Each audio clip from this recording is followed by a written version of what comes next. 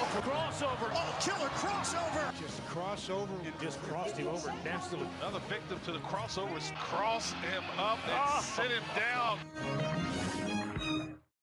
It's time for the crossover powered by Everlow Concrete Repair in Omaha at everlowconcrete.com. Hello. Hello. Did you guys just send this to me? How we doing? New Pope odds? Jeez. I did not send you new Pope odds. Oh. Does the new Pope vape? What are the... Luis Antonio Tagle is plus 100. What country? I would bet on the country. Yeah. Does not say. I think we'll maybe... Do we have a guy in the running? Well, it appears that Raymond Leo Burke at plus 1,000 would be our best bet locally. Oh, no. Kevin Farrell plus 1,200. I think that might be. Pope named Kevin. Pope Kevin. Pope Kevin. Well, don't they change their name? They changed their Kevin. names. Kevin, our Pope. Like Pope Francis, may he rest in peace. His real name is like Jorge. The idea of an American Kevin, our Pope. Pope George, our Bishop. That'd be... No. has long been taboo given the geopolitical climate, but the Chicago-born Robert Prevost, 69 years young, Can't have that guy in could there. be a first. Hell yeah. Bears fan. Hell yeah. Well, we had a Omaha bishop who went to Chicago. The guy that's in charge of the archdiocese in Chicago is from Omaha. I think he was. oh. I think he was in the running, but he Blaze? would like to say local. Yes, We Blaze? run Chicago. Blaze Kupich. Blaze Cupich. Yes. I know. Hey, I studied popes. I had pope trading cards. Blaze, good guy. You have Pope trading cards. That's how in school they taught us about the popes because popes died more often when I was younger than now. I know it's been since I looked it up. It was the first thing I looked up this morning. It's been since 05. Pope wow. John Paul. We're gonna have to tell Oh, people yeah. how the Second- black because and white Benedict didn't smoke die. work. Mhm. Benedict didn't die. That's a long time to be the pope. He's had a lot of interesting things during his popedom. Pope. He even had a basketball coach at Kentucky named Mark Pope under his watch. Have we considered Mark Pope? we to be the killed we killed Bin Laden during his time. There was And there was a lot of. Has there ever been a Pope with more Pope movies than Pope Francis? No. I mean, there was like how many Pope movies during that time? And there then was that like TV show with Jude Law? yeah, and there was Spotlight. Now There was like 3 whole Pope movies while he was now the Pope. Euro Trip would have came out before. yes. That was during the Pope John Paul II era. R.I.P. Michelle Trachtenberg as well. Yeah. They put on the Okay. Pope hat and they had the smoke. The whole Maybe thing. they should have learned something. So this is only going to be my 4th Pope Wow. Yeah. of my life. They have like How many popes you got? What year were you born? you know what year I was born? No, I don't. What is it? I can't do the math. 2001? 2. 2. Okay, so this is also going to be your 4th Pope. Wait, I thought my 3rd Pope, This will be your 4th Pope. or this will be my 4th Pope. This will be your 4th Pope. You're coming How up on old your are 4th. you in popes? Yeah. So this Most people Oh my are God. 4. this is great. Most people are 4. If I- you were born pre 1978, this will be your 5th Pope. So- If you were born pre 1963, this will be your 6th Pope. If you were born pre 1958, this will be your 7th Pope. And not many who are born pre 1939, but if you were, this would be your 8th Pope. So look, I love these odds that I'm looking at right now because they're like horse betting odds. It's like 7-2, 5-2, 8-1. So it seems like the 2 favorites are both from Italy. So it seems like the Vatican is going to try and make an in-state hire, because they need someone who understands the culture of what they're trying to accomplish. Yeah. And then the third That guy, rule would never. the third highest odds He hates is, in-state recruits. is Mark Alouette And of that Canada. Baptist Matt Campbell would come in and select our pope.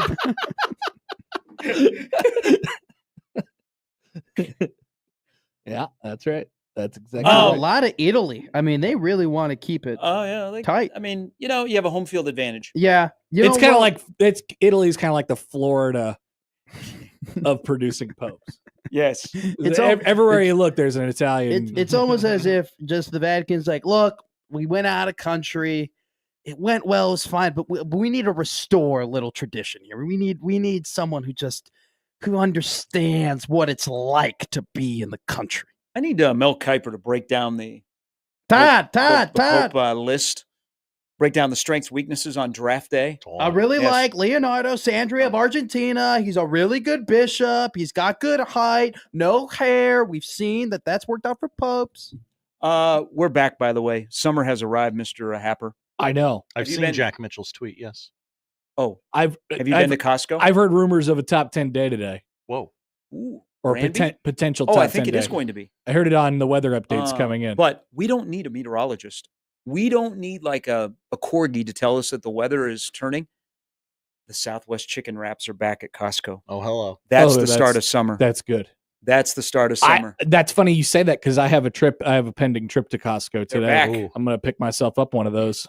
They are back. That's the first sign that spring is gone. Summer is here. That'll be my breakfast. Costco wrap. That and TV times. When's TV times? Mm. I know. Well, we got to get through Saturday, and then once we get through Saturday, then they're closer. You know what? I'd be okay with some TV times dropping right now. I wouldn't even care because We need something to talk All about. right, I'll give yeah. you one.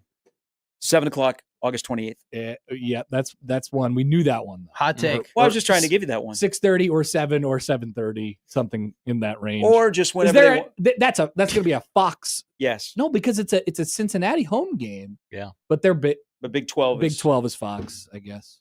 Can you imagine if it was like a 4:00 game? But do they assign? Who's the Big 12 in cahoots with TV wise? They got some they're ESPN both. in there. They have some E ESPN.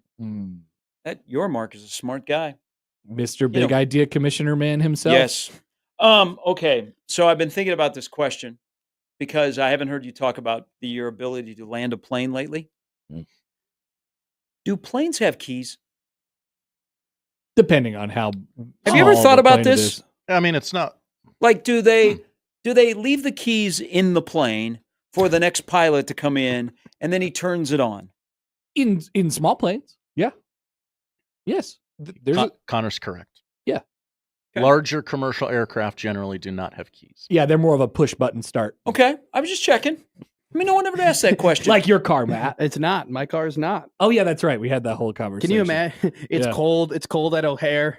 They're like, hey, we're 15 minutes away from the plane. They're like, hey, get the automatic start. Make sure it's warm for us when we get in there. That would be awesome. That would be great. But it wouldn't it be great like the pilot, like they're passing in the airport and they flip him the keys? Oh, Hey, Southwest 890. Here you go. Like it's a cool valet movie scene. What if you Parked could? it real Like, what good if they for get you. on the PA and they go, we hate to inform you, but we're going to be a little bit delayed. We've lost the keys. Had a bad key transfer. What if it had a you could honk it. Can you honk a plane? What? That's what I'm Like, saying. Would you be Can- honking in Whole the question. birds? Yes. More question. Yeah, that's like it locks. Beep, beep. Can you honk? Do you have an app where you can check? Yeah, that's right. You get on your app. Well, the healthier your plane, you're going to need to put some more PSI in that right rear tire.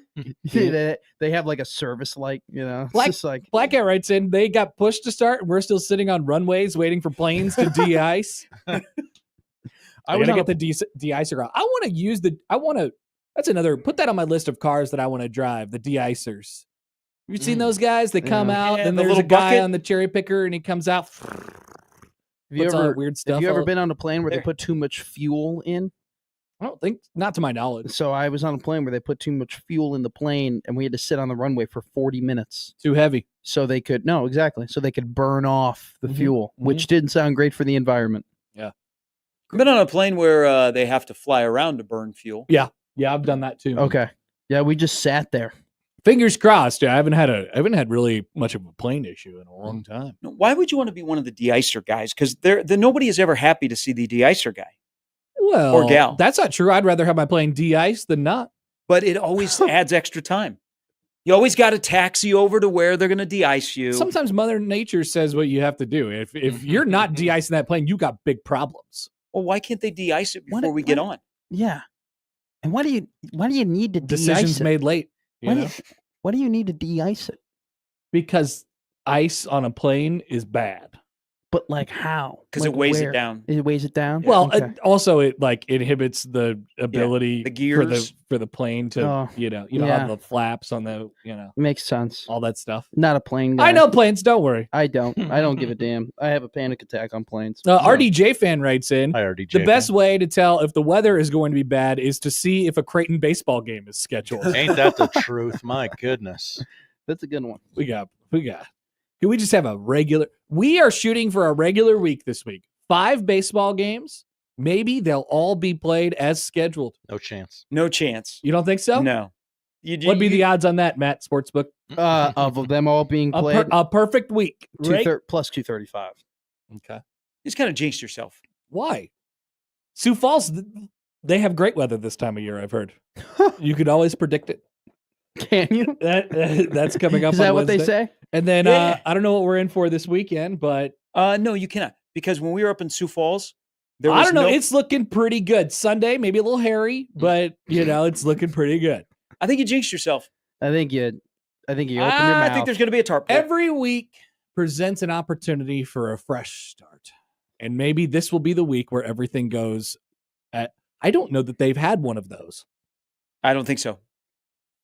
Everything and it would just behoove them to keep a little momentum after their sweep to play all week, it would be nice. not have it discombobulated. Behoove. That's a good word. It would behoove them. Okay, so had a discussion with a friend yesterday because we both are all in on. Have you seen the new Progressive commercial with the dad?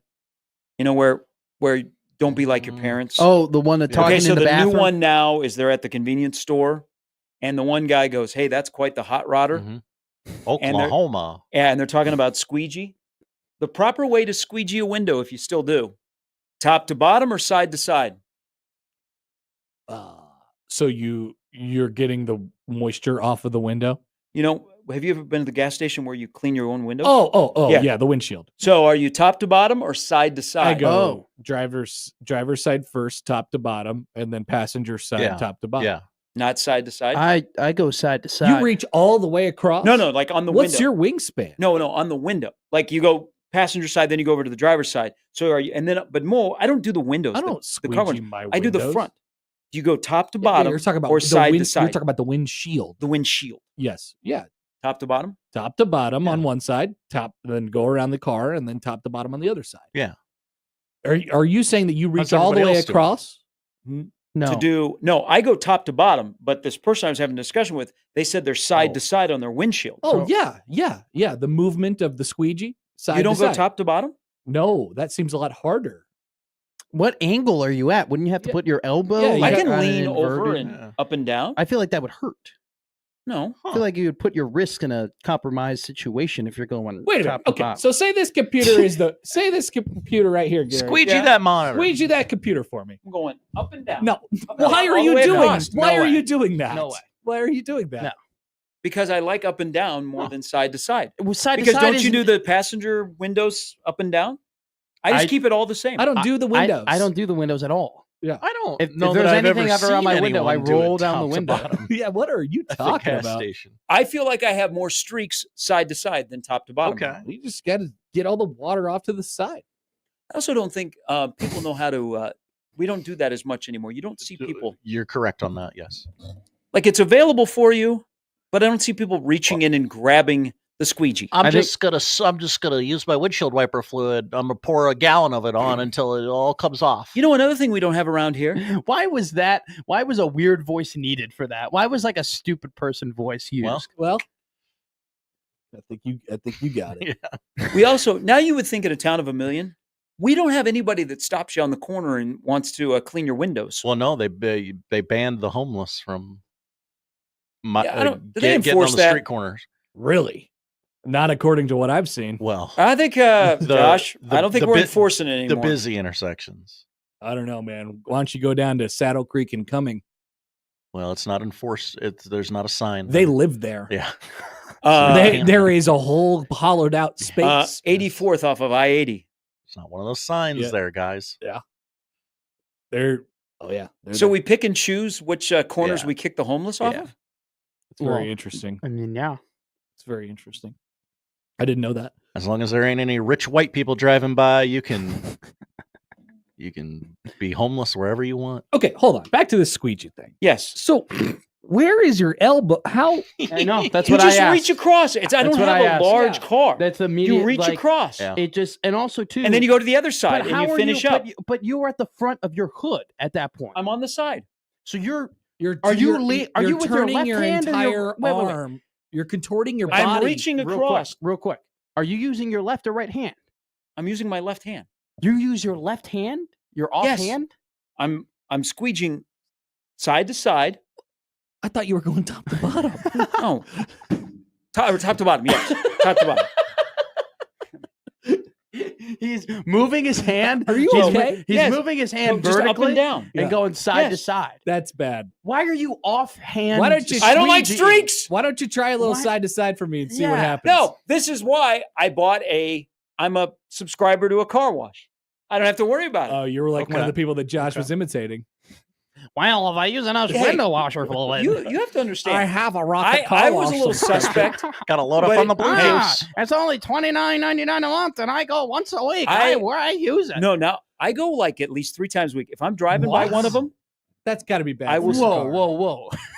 in the winter, How? in the I don't winter, know, man. I don't. Rub it it's off paint, just- I don't soap, and want. water. I don't want the grime on my car in the winter. 3 times. Now this a time week. of the year, no. Okay. 3 times a week. In the winter, yeah, The That's a grime's lot. bad for your car. the grime is bad. I You probably don't want go that. once every 3 months. Yeah, but all that scrubbing, that's too much scrubbing. that's a lot of top to bottom.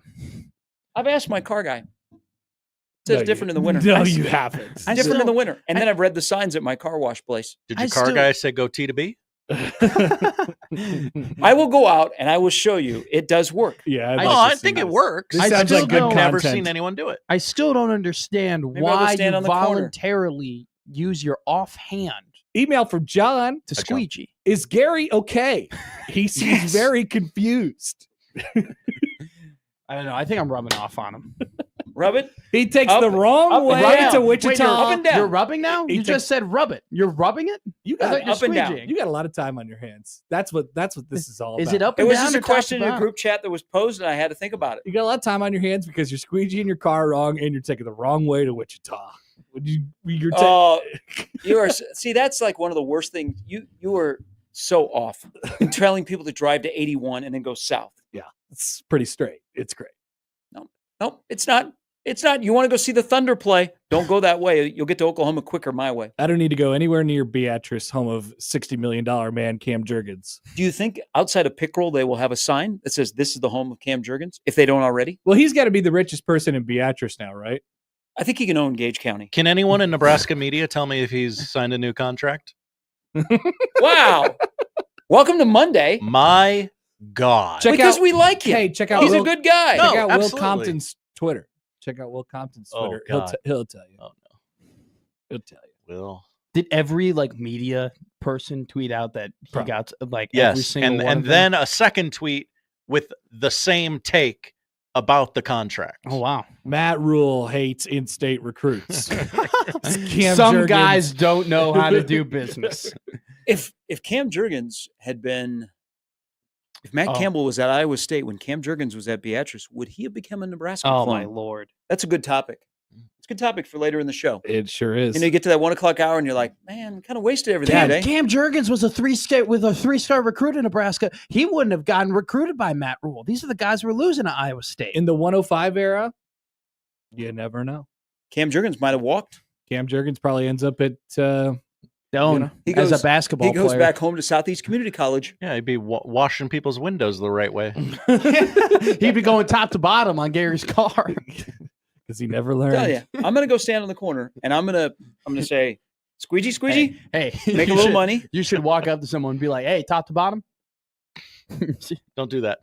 Well, I mean, I'd have a squeegee in my hand. I wouldn't just walk up to someone and go, hey, top to bottom. What do we got here? What do we got here? Just go, hey, So or side. you- You want top to bottom or side to side? You want to squeegee me? Is that what you're talking about? No, your windshield. Your windshield. You think about it, that's a good pickup line. I've used that. Can I squeegee you? I took your advice. I went to a bar and talked to women on Nice. Friday. Yeah, America and youth are back. I was like Chris Davis, not the crush one, the other one. The former Baltimore Oriole. Yeah, What were you like? What's the comparison? swing and a miss. He did strike out a lot. Yeah, Adam Dunn. yeah. When I finally pick up my first girl, I'll ask for the ball like he did. You know, But ball? that would imply that at some point there's a home run coming. Yeah, every 60 at bats, 5 a year. That's pretty low rate. You'll be in I'd be in You'd be in- AAA with you'd be in MJ. MJ you'll Melendez be in, range. You'll be Exactly. in Japan. Me and Matt Shaw will be hanging out. I'll be at the KBO with Patrick Wisdom. Mm-hmm. How's he doing? Patrick How's Wisdom? Patrick Wisdom doing? Yeah. You know what? I'm not sure. What's Patty doing? How is Patrick Wisdom doing? Yeah, you should just Google that. How long do you think MJ Melendez will be here? For a while? Oh, a little while. Yeah, a little while. I think it The would. way you said that was despondent. It would. He's had a rough start now. Until When they you're can hitting find someone to 075. take him. Many have. Many have. How many plate appearances is old MJ at nowadays? this year? Just in his career. Let me look that. I'll look that up. Oh, it's This was supposed to be the It's a year he good worked on sample his size. swing. Yeah, is it? What do they? Gary, is it 1,000 plate appearances or 1,500 plate appearances? Where people for like when you're like, oh, you got a good barometer of what this guy's gonna be. 1,000, because that would be Well, maybe 2.5 seasons. good news for both. He's got 1639. You know what you got? So career, MJ Melendez, 216, on base percentage of 299, OPS of 688, OPS plus 91 with 52 career home runs. He's had at this point Hey, he played this is- 16 games and he's minus half a WAR. This is already. like what Mike Moustakas looked like. And then, he came back to Omaha and was mostly still the same for about a year and a half. Then he went back to Kansas City, and then he started hitting once the Royals sucked again. Thank you, Mike Moustakas. yeah, it might be over. It might be done. Well, it's not. No, we're not in that range yet. He's going to come down. We'll see what happens. It's not over. Josh isn't going to win the Boston Marathon. He is nowhere even in the camera angle of this guy. Let me pull it up here. Why even bother? No, he's all the way back. Is this guy broken away from the pack? Yeah. Wow. Is he running in jorts? He is nearly at the halfway He's point running- in Wellesley. Yeah. Nearly at the halfway point in Wellesley, Boston. This guy's running in underwear. Hey, just Who literally- is? That's what they all look like. They have running shorts. I know. That's what it is. There is no one near. What's his name? Why did that bike guy just leave so there's just a water bottle on the ground now? Is anyone Yeah. going to pick that up? If Josh continues at this pace, he will run a sub 3 hour marathon. That's awesome. The weather looks really nice there. We're now. we're expecting a finish during the odd news today. Oh, wow. Yeah, Is that what we're tracking? that's why it's tracking right now. Thanks, Kornacki. So We're let's all see. over it. Are we got the too big close to So call? ESPN2 stays on the air until 11:30. He'll be done before that. Okay. So. Or no, No. he won't. Oh, he won't? It'll be shortly after that. Okay. How many miles? We'll is be he in? over to the Red Sox game by then. 26.2. The Red Sox game already started. Yeah, it's on. Yeah. Why are they playing at 10 a.m.? Because it's Patriots Day. Thank you. It's the day Paul Revere rode his ride. And This is our bleeping CD. It's the 250th anniversary of the Revolutionary War. So all of you still haven't explained as to why that means they have to. This is have just a what they first do on the pitch day the at 10 Boston o'clock. Marathon happens. They play at 10. The Boston Marathon Huh. begins like at Mhm. 7:30, and the Red Sox kick off the morning At 10. by playing. Yeah. Well, it's 11 there. I'm I sure love it. everybody's got the day off Yeah. in It's Boston. like Oh. a big deal. Everybody goes Everyone's out got to the watch. day off here. Damn it, Josh. What? That's a hat trick for you today. Good job. There's nobody here. Well, But we are here. Mhm. The most Yeah. important people are inside of That's this right. studio. Most important people in my life are here. And Connor. Oh. and Connor. All right. So Josh isn't going to win, but I'm glad. Like a 3-hour marathon. Pretty Yeah, is impressive. it going to place? Is it going to show? Like, will he get some money? No. Yeah. Oh, No no. way. Well, I just ask questions I don't know. He'll actually have to spend a lot of money. He told me it was 250 entry fee, I would imagine. which yeah. Whoa. But he'll also be in Boston for the rest of the week. Wait, whoa, whoa. Whoa. Hold on. Hold on. Go ahead. It's 250 a pop? yeah. So you have to qualify. You have to get Uh-huh. so you got a qualifying Yeah. time, and then you have to pay 250 to enter. He's bib number Yeah, 2,747. do the math. It's a lot. Well, there's more bibs than that, Josh. You want to know how many bibs there are? I mean, there's got to be, what, 5,000 bibs? Well, I don't think. Okay, The so way you said if you're a professional, You're you're invited. right. But if you're like Josh, Mhm. you pay. How many professionals, though, are really invited? Well, there were only like 12 running in that group. Exactly. In 2022, there were just shy of 30,000 people Oh my that ran in the God. Boston Marathon. So that's What a $6 racket million. for Boston. $9 million. $9 million they make. Good for them. We need to be doing this. We need to do a marathon. Yeah. That We 30,000 need to put on a people running. marathon. Yeah. 1620 the Hey, marathon. can we get in on the Omaha Marathon? Is the Omaha Marathon still a thing? There's Run got a- to be an Omaha Run marathon. across the Baby Bob. Yeah, now that's finished. Yeah. There's got to be an Omaha marathon. No, there's We the won't the- charge $250. The Lincoln Half Marathon's pretty big, right? Yes. Yes, it is annoyingly big. The Habsy. Yes. Well, then the regular one's pretty big. The Omaha Marathon 2025 half marathon and 5K September 28th. How much to enter? $35? Feels late. Should I run that? God, it Should seems this- like it'll be should pretty this be my hot. thing to get back in shape? Hey, I'm going to train for a marathon. Half marathon. I don't know the entry fee. Entry fee for Omaha Marathon. About ranges from $110 to $135. Whoa. That is way too much. $100. You gotta love running. Should let you. I like to go in the races. They let you run Look, for free. Think about all that time that you're running 3+ hours and all the money you're not spending on other things. All right. Sure, Yeah. sure. Yeah, I'm saving so much money by paying a lot of money. to Yeah, come I'd out probably here. be on my phone ordering stuff off of websites during those 4 hours. Do you have an You Amazon could- problem? You can take a little break from. I suppose you could spend money while you're spending money. That's also possible. You imagine someone's running the marathon on their phone, just Amazon shopping. So what we've discovered is that hosting a marathon profitable. Is profitable. Could be lucrative. NRG Media Marathon. You know what? Here's what we need to do. That's Here's a how different we type can of make marathon. money. We will put on AAU basketball weekends, and we'll put on marathons. We only have we outsource Yeah. those to Council Bluffs, don't we? Yeah, there are a lot that go over to the field house. But we could rent the field house and then we put on the tournament and we charge, like one of the most recent tournaments is you pay like $60 to get in, That's crazy. That's a lot of. or it only takes cash, but then the concession stand only takes cards. It's genius. It's genius. How much are we paying the parents to get in? 35 a pop. 60. You got to get a 2-day pass. You got to get a for- 2-day pass. Yeah. So how much does it cost for these teams to enter? There's an entry fee as well. Yeah, I would imagine it's Especially like if it's over like a- $1,000. Like use this as an example, like a recruit look weekend where there's college coaches, because then they pay $450 in the summer for these books of the prospects they're watching. Crazy. Yeah. There's a What a racket. that'll be Gary's line. There's a fee. We gotta be. There's a fee. Yeah, we gotta get in that game somehow. It's yeah. Now, actually, no, we don't. We don't need to get in that game. I take that back. Mm. Let's just go. Let's just put We're on keeping tournaments. our hands clean. We'll put on 7-on-7 tournaments. I mean, we all have the patience to deal with parents, right? 7-on-7 tournaments, AU basketball, volleyball, Oh, and we do some youth baseball. hey, want to throw hockey in there? Those Youth parents are calm. Baseball tournament. We can be part of the Slump Buster tournament. Yeah, Battle of Omaha still I think so. exist?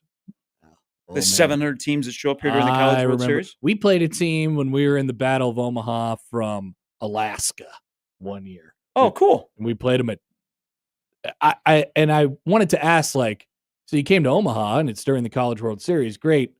You're also playing at Boyd Park. No offense. It's lovely. It's lovely. It was a great home high school field, but we did what we could. We did what we could.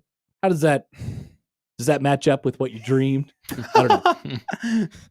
Maybe you were playing against Trajan Langdon. Well, there was a couple names that I remember of some dudes who went on to Be dudes. Yeah.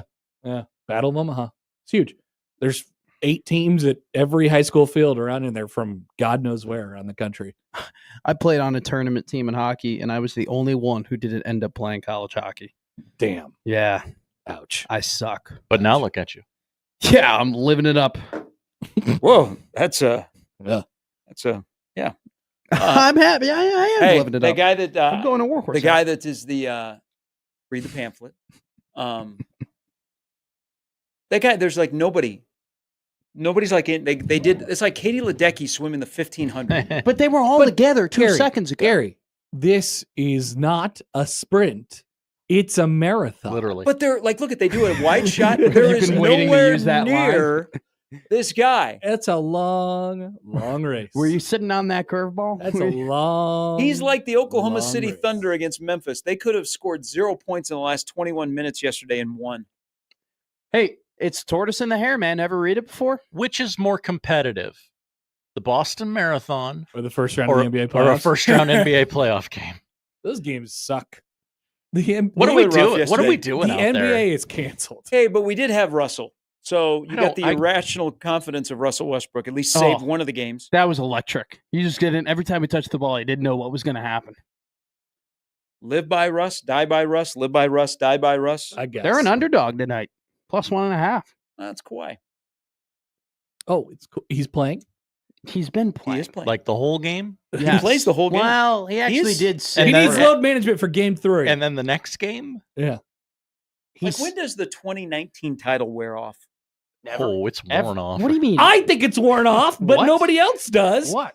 We still view Kawhi Leonard as this guy who sits way up here. I'm When he like, plays. this guy hasn't played in 4 years. When he plays. But he never plays, Matt. He I- played what the but when he- last but he's like, playing- 45 games, I think, this year. When he's playing, He never he's still plays. incredible. He never ever plays. But this guy running away would be more competitive. We'll see. Okay. The team got beat by 51 yesterday. They got beat by 51 points in an NBA playoff game. Oh yeah, I got some problems with the playoffs. Marvin Bagley was the best player on the Memphis Grizzlies.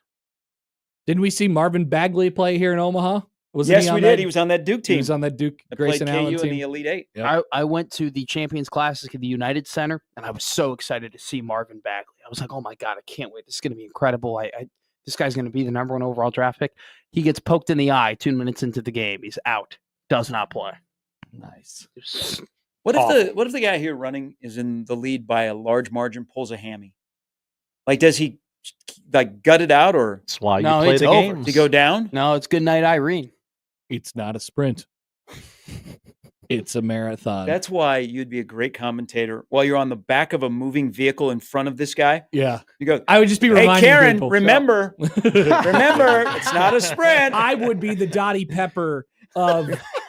I would be the Dottie Pepper of this marathon. So real quick, I do have a He's problem. got a slight incline coming up here.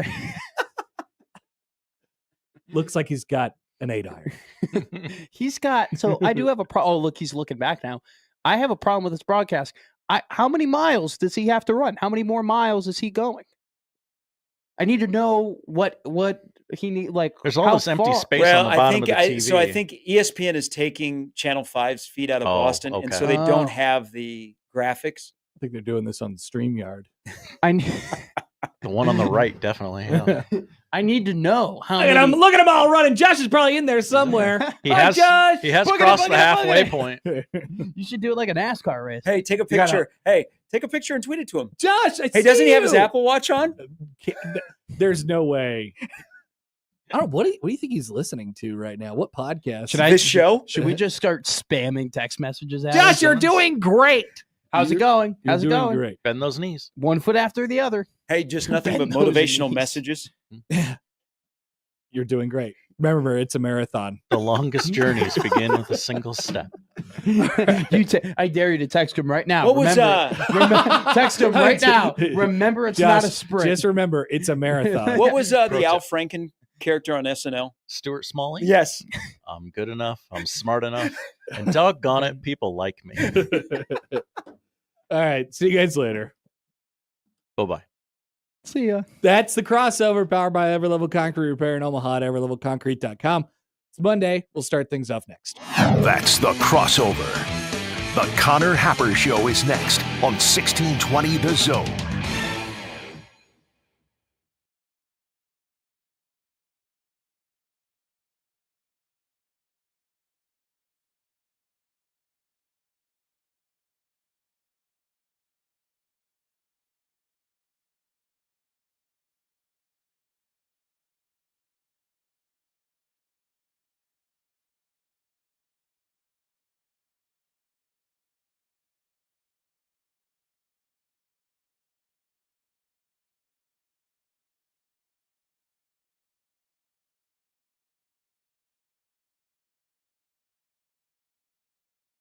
Potential for a top 10 day to start the week Monday as early morning cloud cover gives way to tons of sunshine. South wind may be a little breezy at times in the afternoon with highs climbing into the low to mid 70s. Slight chance of a shower or storm overnight, lows in the lower 50s. I'm meteorologist Sean Everson from KETV News Watch 7.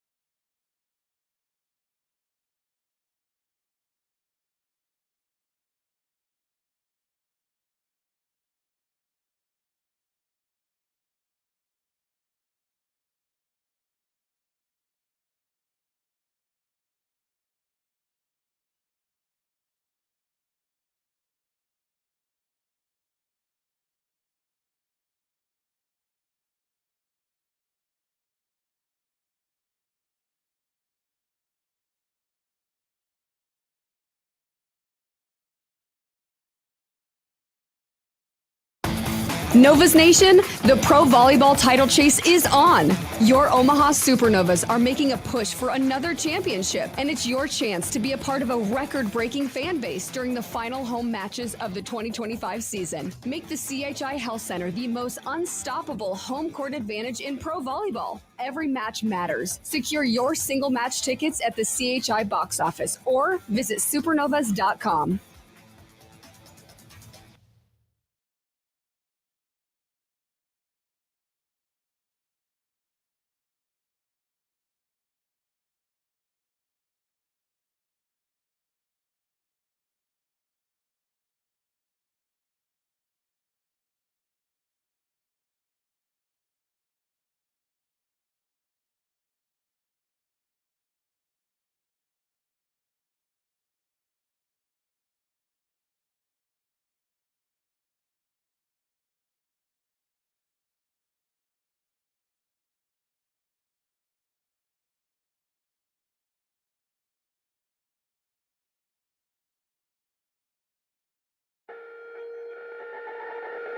It's the Connor Happer Show. Are we sure we want to do this?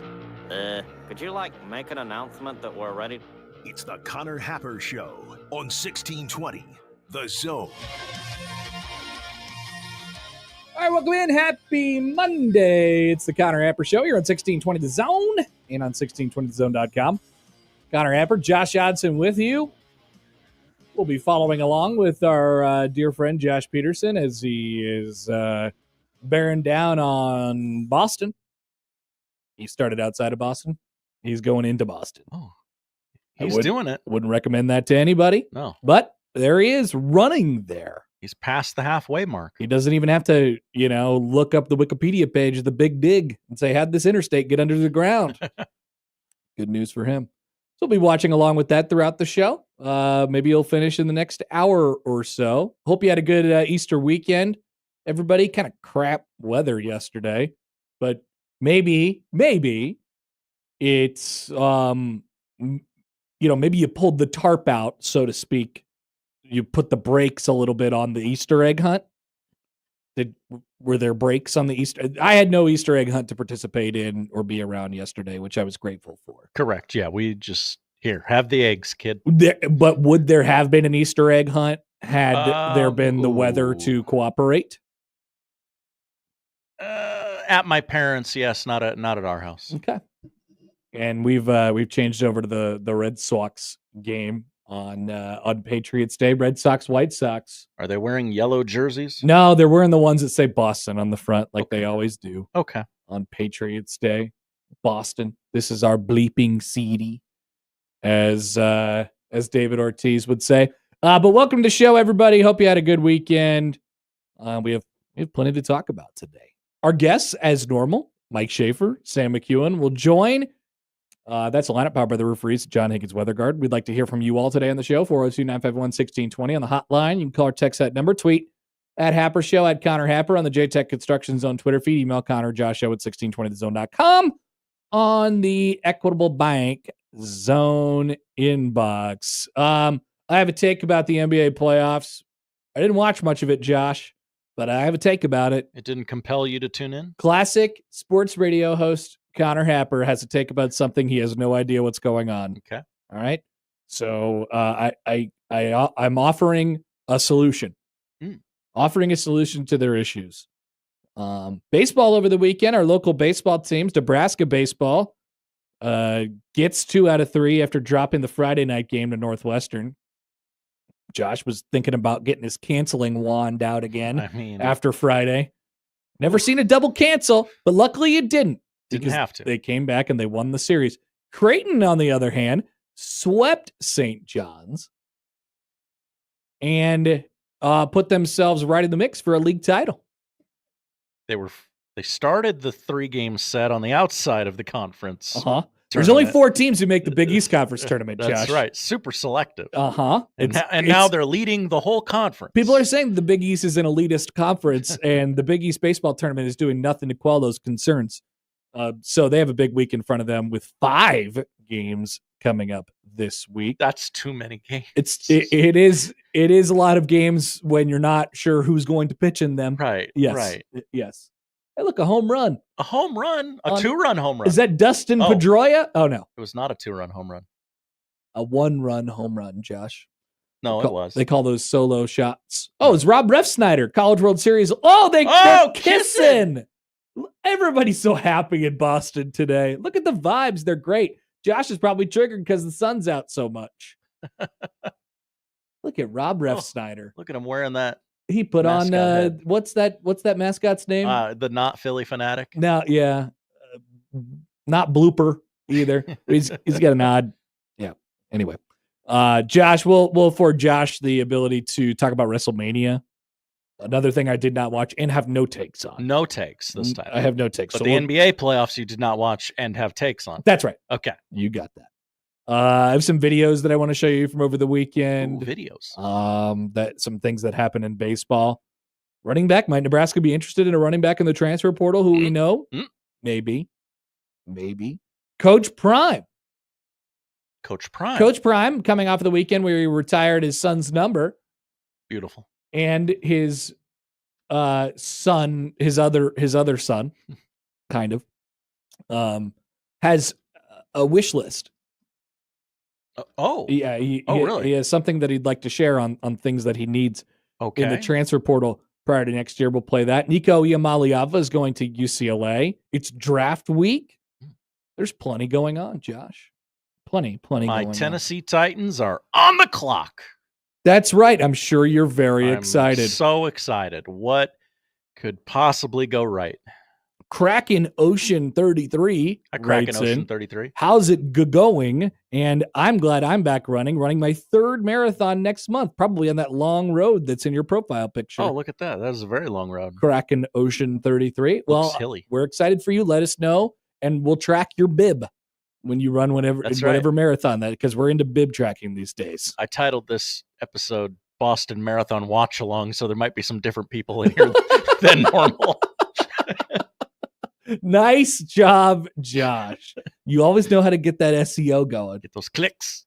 Stomp Tromp Roar writes in. Hi, Dino Ranger Anthony. John Cena is the champ. Is this true, Josh? That is correct. So while I didn't watch any of it, I did have one singular take on WrestleMania, and that he would win it. You did. And then also that he would turn nice again. That's not, that ain't happening. He did not turn nice again? No. Okay. All right. We'll look forward to Josh's recap of WrestleMania at some point during the show. I got the takes. Glad you're with us. I'm going to fix the NBA when we return on 1620 The Zone. The Connor Happer Show. Follow us on Twitter @Happer Show for all the latest news and views. We may even say something interesting once in a while. Unlikely. Really, guys?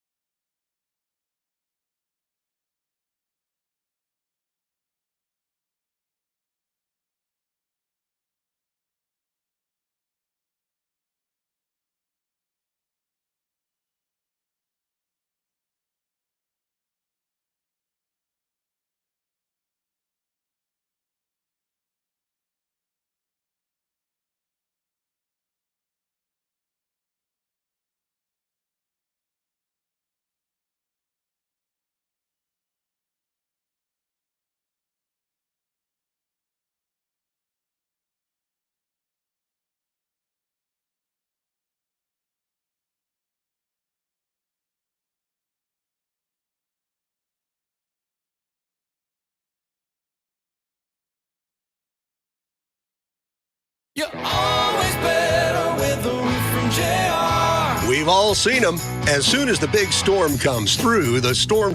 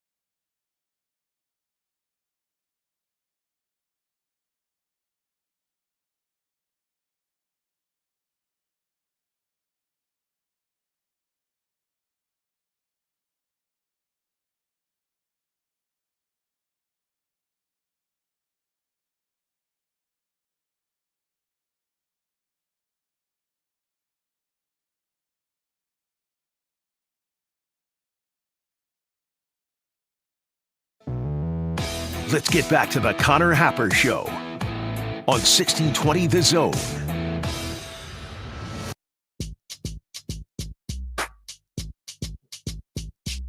O-Trips writes in on YouTube. Hi, O-Trips. Wrestlemania was good. You don't have to do your Wrestlemania segment right now, Josh. Don't worry. We'll get to it. Kind of like the Caitlin Clark thing. But was it good or was it good? It was good. That's really saying something for and you're a wrestling guy. Honk honk. Yeah, you're a honk. Yeah. And not even you have good things to say about it.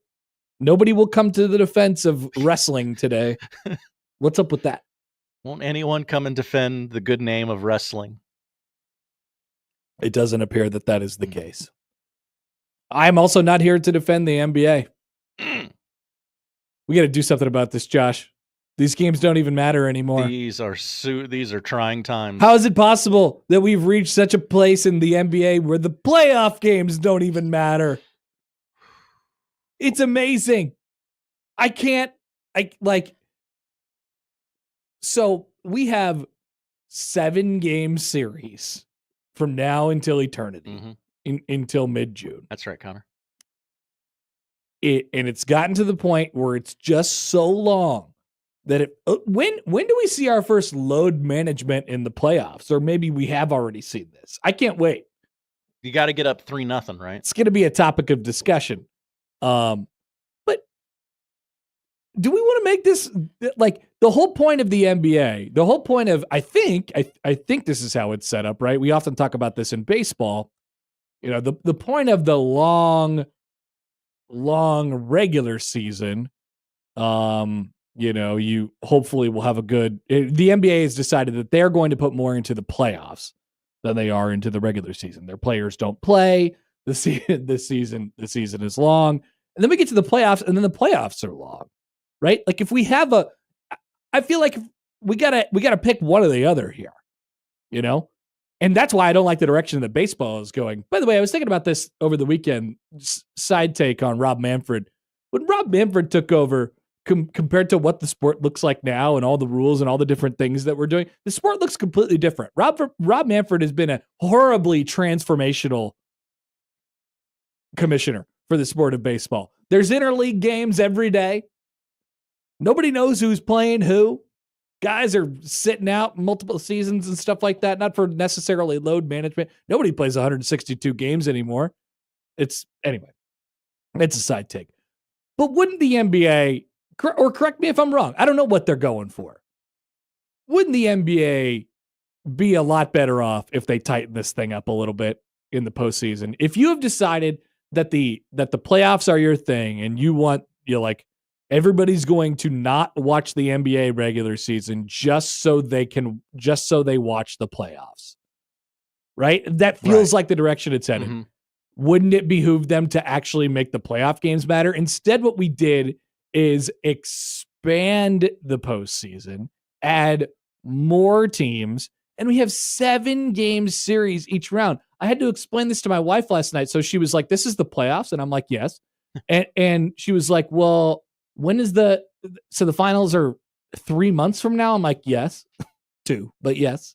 That's right. And she was like, "Okay, so this is game 1." And I'm like, "Yes, game 1 out of 7. And there's 8 different first round series. Mm-hmm. And they're all best of 7. And she's like, "That doesn't make any sense." And I'm like, "You know what, honey, you're right." It used to be best of 5, and then the Lakers lost one time, and oh, God forbid. So we changed the whole thing. How, play it. I mean, hell, play a winner take all game. Ooh. In the first round. Spicy. Or something like that, right? I don't know. The seeding is so random anyway. Oftentimes the best team isn't the 1 seed, or the team that's favored to win the title isn't the 1 seed. Or you're looking like, I think the 6 is going to be the team that probably gets all the way to the finals.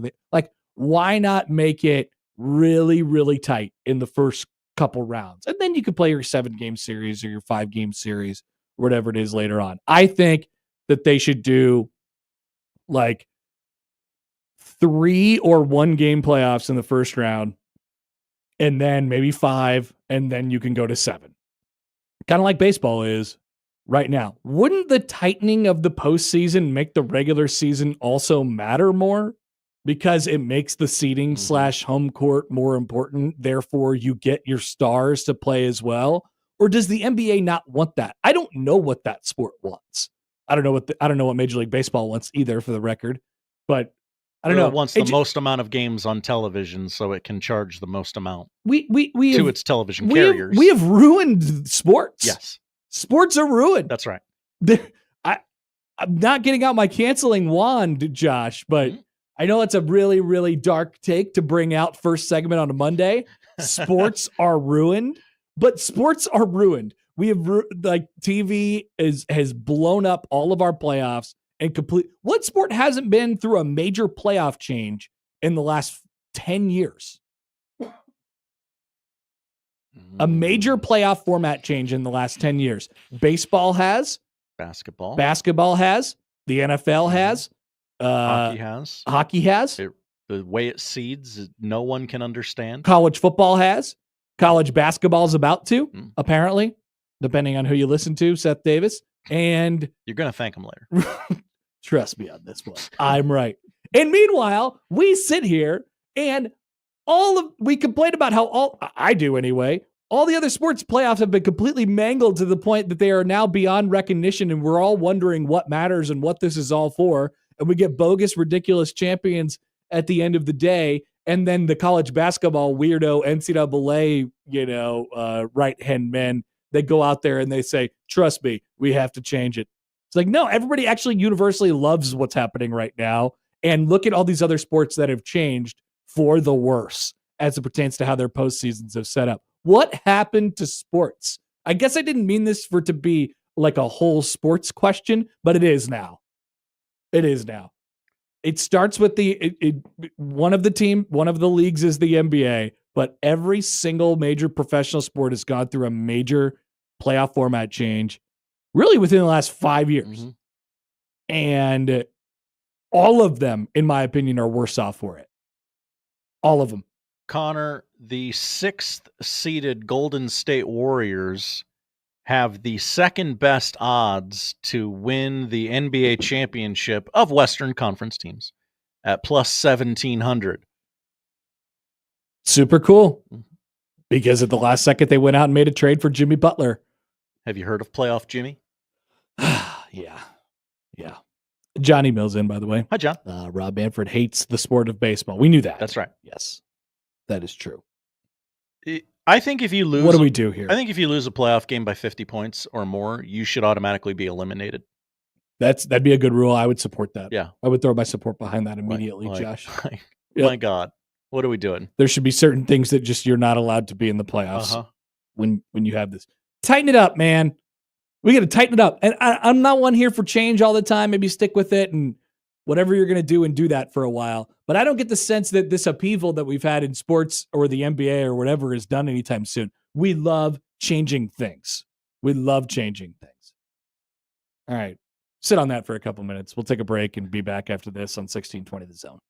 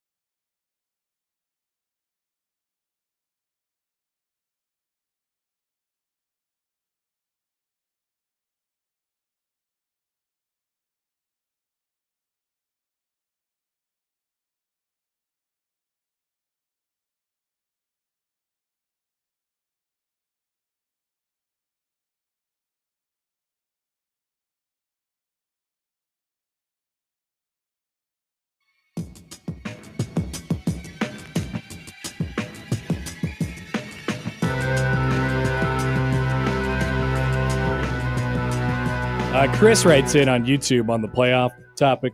Hello, Chris. I don't know what NASCAR did, but he says the worst thing NASCAR ever did was migrate to a half-ass postseason format.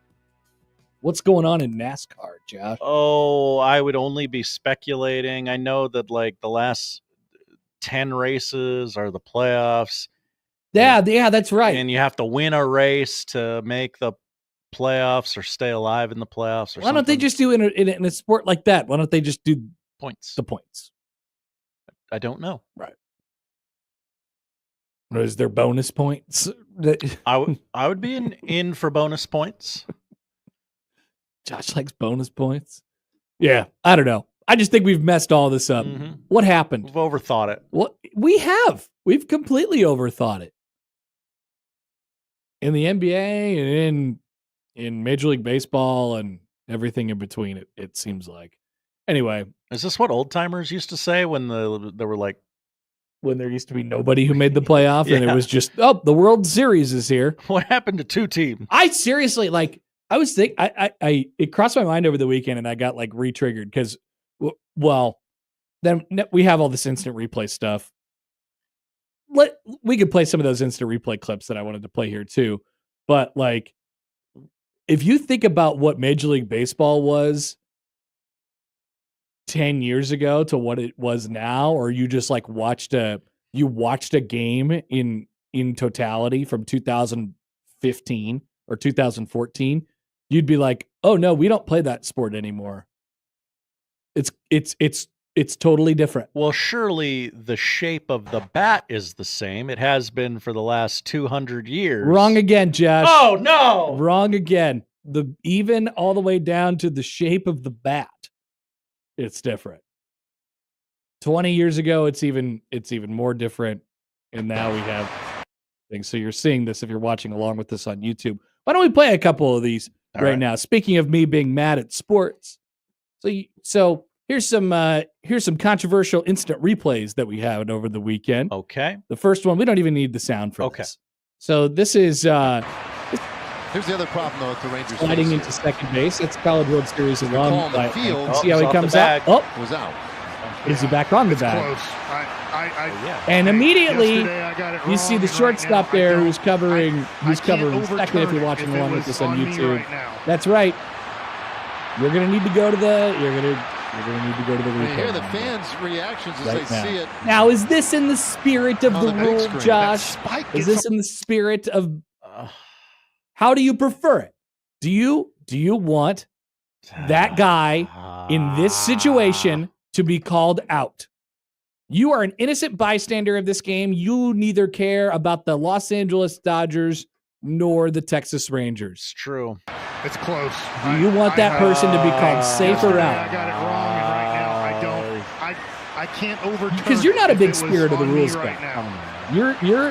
I don't know if you're a big get it right guy either. But I hear all these people talking about get it right. Just get it right. Get it right. Get it right. Get it right. Get it right. I'm like, guys, that's not the end all be all.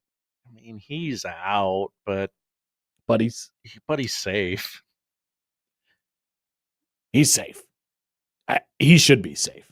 It's also, in my opinion, it's also a foot down. Which fingernail did the NBA players season? And they've gotten a little bit better at that in basketball, where they'll just give it to the guy who, it came off of the right direction or something like that, and there's makeup calls and whatever. But I don't want this guy to be. I don't want this guy to be called out. Because I don't think that's why we're doing this. I don't think that's why we have instant replay. But yet we have instant replay and we enforce it in these ways. Now, what was the call on the field?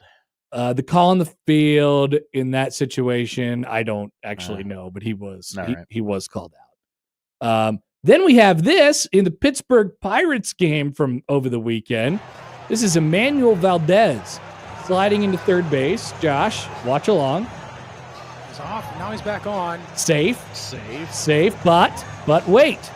There's more. He's asking for He's time injured. here. Ouch, He's my in shoulder. pain. But I need to call timeout. Oh, no. Okay, that is crap right there. The other one, he came up for a long enough period of time. Look at this. Look at this. Look at what Rob Manfred has done. This is garbage. He's asking for the time man here. is lying He's on the in ground. pain. His left shoulder is useless. Clearly He's in trying to pain. call timeout, and he can't do it with his left arm, so he calls it with his right arm, at which point he is tagged out by Jose Ramirez because he lifts his fingers up off the base to signal that he needs time. And guess what? You're out. What the hell are we doing? Can he not just say, I am injured and would like a timeout? Like, is he expected to lie there until everyone else realizes, oh, there is something wrong with you? What happened to sports? You have not gotten up yet. What happened to sports? This is the topic that we're doing today. Okay. I don't know why it came up. I got mad watching the NBA playoff games. So that's your fault for watching them, Connor. Well, for thinking about the NBA playoff games. I actually tried. I was watching some of the Rockets and the Warriors last night. 6-seeded Warriors. What an upset. 1-10. What an upset. Here's Bullet Point Bob. Hi, BPB. Conan. The NBA is so unwatchable, and I'm a giant hoops fan. I think I have a solution for the way the playoffs are set up. Lay it on me. Fans need to be able to end a playoff series when it reaches the point of being pointless and just mind-numbing. Let's say Golden State is up 2-0 and it's just obvious that the series is over and too boring to continue. Once there are 250,000 votes through the NBA playoff poll, the series concludes and Golden State advances. This could even happen in the middle of a game. For example, Curry is just at the front end of a 1-1. The vote tally hits 250,000. The official runs out, grabs the ball from Curry, waves his arms, and tells both teams to head to the locker room. The game and the series is over. Golden State advances. That's the 7-seeded Warriors. Sorry, Platcat corrected me. He's correct. What do you think about that? Probably poses a share of issues. I'd like to try it, though. I don't think that I would actually in that case. And I don't need everything. Like, we've also got caught up in this. We don't need everything to be like the best game ever. You know, we have a certain expectation when it comes to these playoff games now, but I feel like we could do a little bit more and make it and make them entertaining. And not to mention, you know, we're intermingling the sports here now. I mean, you also think about baseball, what it is now compared to what it was 10 or 15 years ago. Yeah, you got guys throwing 100 miles an hour, and that's cool to watch. But then, what's the cost? Well, they go on Tommy John vacation for a year, and then they come back, and guys are missing years of their careers. And yes, the surgeries have gotten better, but you know what's also up, and this is the real problem with baseball and its pace of play and all of the things. There's too many walks. Throw a strike. Throw a strike. Look at how even in college where we're enforcing the pitch clock more now, we got guys out there who just can't throw strikes and the games are just like slogs. They're long and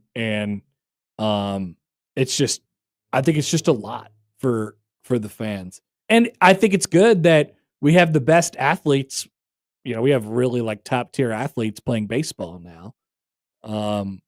That never used to be the case. It used to be just, you know, dudes in the 80s with mustaches who could hit a little bit, right? It's not necessarily what you look around and you see in baseball anymore, but it's hard. It's hard to get on board with sometimes. So for young people who are like, well, I don't know, this is kind of boring. I don't blame them. It kind of is. Dudes are walking and hitting home runs, and that's it. I always tell you guys, you don't know what you want. You don't want dudes to be hitting 500-foot home runs. You want action. Yeah. You want guys to put the ball in play. You want to watch cool defensive plays, and you want to watch guys running the bases and plays at third base and plays at second base and plays at home and close plays at first, I guess, as well. You know, that's where the instant replay is really, used the most in sports. So John emails in. Hi, John. NASCAR used to determine their champion based on points, but when the popularity of the sport started to wane, they thought instituting a playoff would bring people back. They were wrong. On the other side, Brandon says the NASCAR playoffs are awesome. Whoa. Best playoffs out there. That emailer is way wrong. Best playoffs out there. Best playoffs out there. Aaron writes in. Hi, Aaron. I don't know what you guys are talking about. Sports have gotten better. The most important trophy, the crown, is proof of that. That's true. The crown is still pure. Yeah. Nicholas writes in on YouTube. Hi, Nicholas. Speaking of baseball, the Atlanta Braves swept this weekend, yet for some reason, Josh is not wearing his Braves hat. Fake fan alert. Nicholas, I'm glad you've brought this to the public's attention. What's wrong with you, Josh? I wore my Braves hat pretty heavily at the start of the season. Oh. Where they didn't win any games, so we'll be putting that thing on ice for a little bit. We got a superstition watch. We do. We do. All right. You do whatever you got to do, Josh. Thank you. I appreciate that. I am wearing Royals gear, even though my team sucks and can't hit. They won the game yesterday. They did win a baseball game. Congratulations to them. First time since like 2012 that two teams combined for 12 hits and none of them were extra base hits or something like that. When I at the beginning of the season was getting very positive about the Kansas City Royals, I thought, man, they got the pitching. I love their bullpen. This is going to be great. I forgot about hitting, Josh. It was a crucial and critical error by me. I forgot about the lineup and whether you're able to score runs. That has not been the case so far. I mean, does that really matter? Yes. Now, Connor. It does matter. The next 3 days are crucial for the Kansas City Royals. I know. Well, their schedule really lightens up in the next 25 days, but tell people why, Josh. The Colorado Rockies, who this is going to be horrible. Knower of baseball Nick Grimm said there is no path to them losing 100 games. Someone check on the Rockies record for me. Okay. It's pretty bad. They're the worst team in Major League Baseball, record-wise. 4-17, Josh. 4-17. So they come to Kansas City for the next 3. That would tell you that there is indeed a path to them losing 100 games. Pretty clear path. But it's a long season. It is. It's a marathon. It's a marathon, not a sprint. Pedro writes in. Hi, Pedro. Hi, guys. I miss the old days, listening to the baseball game on the radio, whittling a toy soldier, puffing on my pipe. Those were the days. See, that was fun because I thought he was serious at first. We're old. I don't know. This is worse. Is this objectively worse? Like, if there's somebody who's listening to this right now and they're like, these guys are way out of touch. These guys sound like old people and they think that all of these cool, new, fun changes that they've done are awesome. These guys think they suck and they want to go back to what it was before. I was skeptical about the one game wild card thing in baseball, but I love it now. That was pretty fun. That ended up being cool. Then we made it 3 games. Mm-hmm. Yeah, less cool. Put an extra team in there. Adam Silver needs to get like a dozen guys in a room this offseason and be like, guys, we got a lot of problems.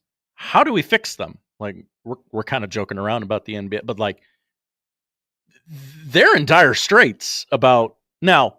And we're about to go into the post LeBron days. Yeah, not financially, but like, just casually, like, what are you? A lot of people hate the NBA. What are you? Yeah. Like, what is your sport going to be? And what are you going to be about? Pick a lane. You're about to be post LeBron. You're about to fracture your television contracts even more to where I'm just going to go ahead and guess fans are about to say, I have no idea what game any game is on, what network any game is on at any given time. That's right. Is it on NBC? Is it on Amazon Prime? Is it on ESPN? Where does Charles Barkley work? Luckily enough, I have YouTube TV and it just tells me what's on. And then it turns out that it's on 4 channels actually, and I have to pick one of the channels. Oh, this is on TBS, TNT, and Max 4. Yes. That's right. Yes, I guess so. All right. So sports, I'm watching you. On the brink. What a dark topic here for this this Monday. Elsewhere, Mike Schaefer is going to join us at the bottom of the hour in just a few minutes. But let's walk into that conversation with this. Why would we not run in honor of Josh Peterson? Because it's not a marathon; it's a marathon. Okay, it's not a sprint; it's a marathon.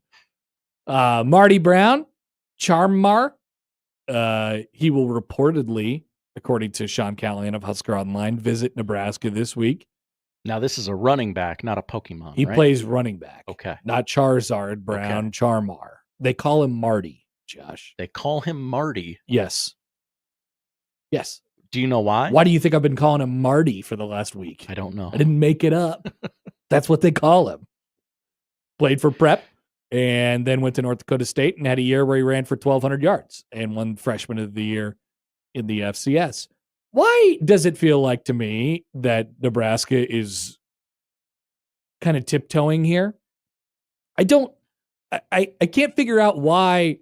Like, if you have a natural connection to this guy, he's from the state. We're recruiting him in his high school. Like you weren't full in all the way after him, but there's a relationship there, whether it be with the current coaching staff or the University of Nebraska. He has a familiarity with Nebraska. I don't know why you wouldn't just say, yes, please come play for us. I don't really get it. Nebraska football under a lot of different regimes has seemed to always like, okay, someone else has to say that this guy's good before we can okay, he's good. We can go get him. I don't know if it's a question of how good, like they know how good he is. You don't run for 1,200 yards in that FCS conference without being good.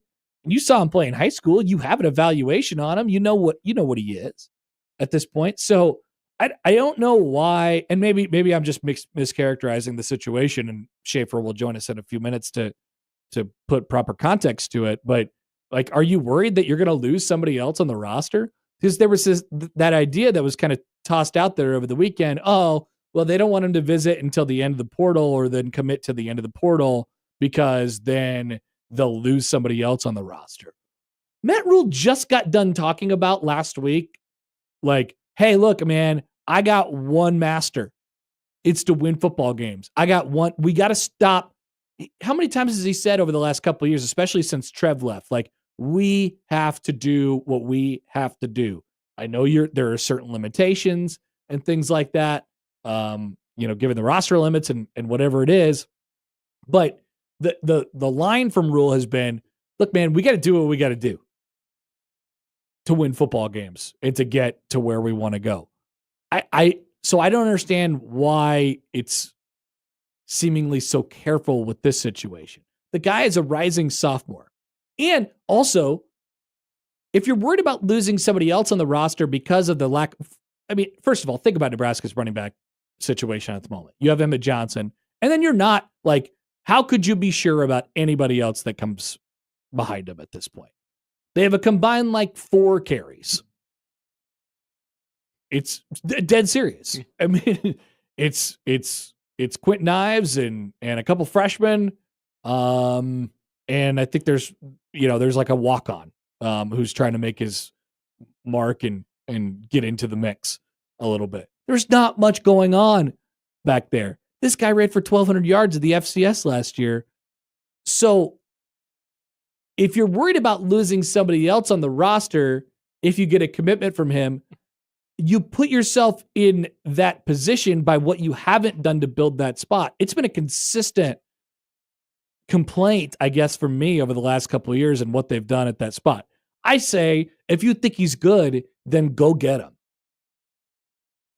If you think he's good and if you think he can help him, get him. Results be, what happens afterwards, collateral damage be damned. Mm-hmm. That's what they did with the whole special teams thing / Jack McAllister. Yeah. Kevin! That's what they did. And what did Matt Rule call it? Collateral damage. Like, I'm sorry, if you're doing the thing where you're saying, we can't apologize for doing this, this, and this, then, I don't know. I would just like to see a consistent execution of that. I wonder sometimes what I'm not trying to make this out to be the biggest deal in the world, but I wonder sometimes what, if what they're kind of going for. If it's win at all costs, it has to be win at all costs. Then shouldn't it be win at all costs? I guess. I don't know, man. I don't know. So we'll see what happens with this thing. I hope they can go out and get him. I think they should. I think they need help in that room. And maybe they think really highly of Quentin Ives, and maybe they think if Brown comes in, then he'll leave or something like that. Like if you think he's better than him, if you think he could help you, then I don't know why not at this point. It would be mean to the other players. By the way, Josh, quickly here, speaking of speaking of sports being broken. Oh no! I just saw this headline from Awful Announcing. TV ratings could be criteria for automatic college football playoff bids per report. What? Okay. Action Network's Brett McMurphy reported at the time that conference commissioners would have in-depth discussions regarding the structure of the 12-team format, particularly when it comes to seeding. As currently constructed, the top 4 teams yes, we get it. The SEC and the Big Ten wanted to address this. In February, ESPN's Heather Dinich reported that SEC Commissioner Greg Sankey and Tony Petitti wanted to see a straight seeding. Paul Feinbaum thought that idea was completely wrong, bemoaning the possibility that the 2 power conferences would ensure that they'd get more automatic qualifiers than the other conferences. So this is from Heather Dinich this morning. One possibility, which could be viewed as a compromise, is having conferences earn automatic bids through their play each season, a model in which each Power 4 league can earn guaranteed spots through a combination of its team's overall records and maybe even TV ratings, according to a source, could be presented. The highest ranked conferences would earn the most automatic bids. Okay, that's better than what I was thinking. It's still really bad. Still really bad. But I was like, okay, what if Navy goes undefeated and is the highest rated Group of 5 team, and you say, no, Navy, nobody watched your game against Coastal Carolina. I saw that Heather Dinich story come out this morning, and I was going to read it, but I didn't get around to it before I came in. So you read it on the air. Apparently that's in there. Yes. Thank you for Awful Announcing for aggregating that for me. Wow. This is so stupid. Just give them what they want. It is the perfect opportunity for that to drop. Sports are absolutely canceled. They're pretty bad. They're pretty bad right now. Brett in Minnesota writes in back to Marty Brown. Happer, what do you know or makes you think Nebraska isn't all in on Marty? Well, I guess he's visiting. Isn't that good enough for you? Visiting at the end of the week, and I don't know. There just seems to be it's a gut feeling to me, I guess. So I don't know anything more than that, but it just feels like, and then their general just approach on the running back situation in general. I mean, they didn't go out and get a transfer portal guy this time around. They rolled the dice, the first time around in the offseason, they kind of rolled the dice, and now it feels like they're tiptoeing again. So I guess I don't, but it doesn't seem like it to me. I apologize for being vague about that, but it just doesn't seem like it to me. I know that's not going to go as a acceptable answer for many people. You don't know anything. No, you don't have a source. I don't know. I'm not asking people how they feel about Marty Brown. Maybe I should. Hey, how do you feel about Marty Brown? Maybe I should. It's me, Connor. All right, let's take a break. Mike Schaefer could add more context for us potentially. We'll ask him about that more coming up on the other side on 1620 The Zone.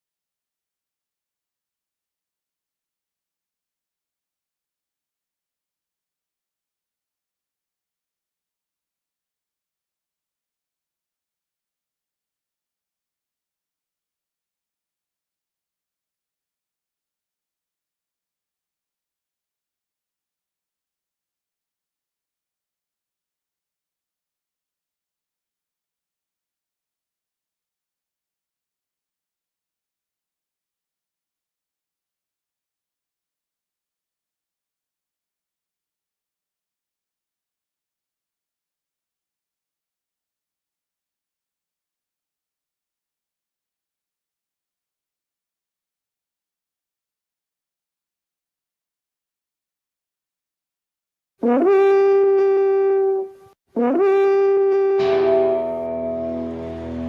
the Guardians. Yeah, I have statistics to back up that we have people that listen. Mike Schaefer. Anytime there's sort of a debate as to who can do something, Happer would always put his name forth, for sure. Husker 24/7 on the Connor Happer Show on 1620 The Zone. I could be a star. All right, Mike Schaefer joins us now. Good morning, Schaefer. How are you? I am doing well. How are you? Good. Did you happen to buy a Powerball ticket on Saturday at the CVS on 14th and Superior? No, I don't think I've ever bought a Powerball ticket from the CVS on 14th and Superior. I think I've only been in that CVS a handful of times anyways. So I also don't know that I've ever bought a Powerball ticket from a CVS. So now I have to reevaluate that. Yeah. But no. Yeah, to get into that 14th and Superior CVS, you'd have to deal with the giant roundabout that people struggle with right at that at corner anyway. But it appears as if there has been a $1 million ticket sold at that CVS on Saturday. So I was just wondering if it was you. Well, that would have been pretty cool, but no, not me. I wasn't even in Lincoln on Saturday, so sadly cannot even pretend like I was, near the 14th and Superior CVS. Okay, all right.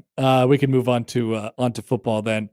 Schaefer, how would you characterize Nebraska's interest in North Dakota State transfer Marty Brown? I mean, I think there's interest. Here's what I struggle with. I think when Nebraska has really wanted someone, they have absolutely went out and made it happen. And I don't want to insinuate that they don't want Brown, but I also don't want to overstate that this entire offseason comes down to getting Shamar Brown from the transfer portal. And so what I'm more fascinated by is, will he even be available after tomorrow's visit from Miami? Because all indications I have from our Miami 24/7 site is Miami very much wants Shamar Brown. They have made it known to Shamar Brown that they want him. And I think that it's a possibility that he leaves Miami's campus ready to sign with the Hurricanes. So I think they financially can offer what he wants. I think they're committed to having him set up to being a running back in the future for them in a way that I don't know that Nebraska necessarily is. And I don't want to speak for Nebraska. I obviously can't speak for Nebraska. When they have wanted people in the portal, when they have wanted offensive line, when they have wanted, whether it was Williams, Winery, or whatever else, it got done relatively fast.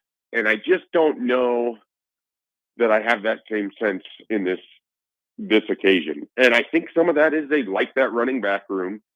And everything is now different with college athletics. I don't think that they're going to spend as much in the running back room as they, have with the offensive linemen that they brought in or the wide receivers, in part because they like what they have, in part because it's just not going to be a position where, unless you can get a bona fide superstar, just like in the NFL, you're probably not going to spend an overwhelming amount of your NIL money or your rev share at the running back position.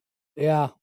So I was wondering about and I agree with you. It doesn't feel like, it feels like Nebraska is, I don't know about tiptoeing, whatever. And it's not about Brown. It's not about him as a player.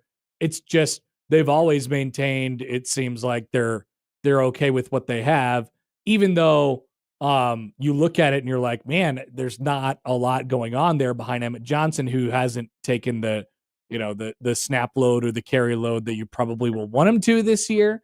So I find that part of it interesting. And then you talked about how they approach it from a monetary standpoint, as you set this thing up. Like, I get mirroring it like an NFL team. But man, I don't know. Like, I think you have the opportunity to do more at that position. Just that's how I've felt really ever since they've got here. And now that we have, we could put money to it and you could actually see how it looks from the, compared to the rest of the roster in that standpoint, it feels like it feels like that spot is behind purposefully. And I don't know that I I don't know. I don't know how I would approach it, but it probably wouldn't be that way.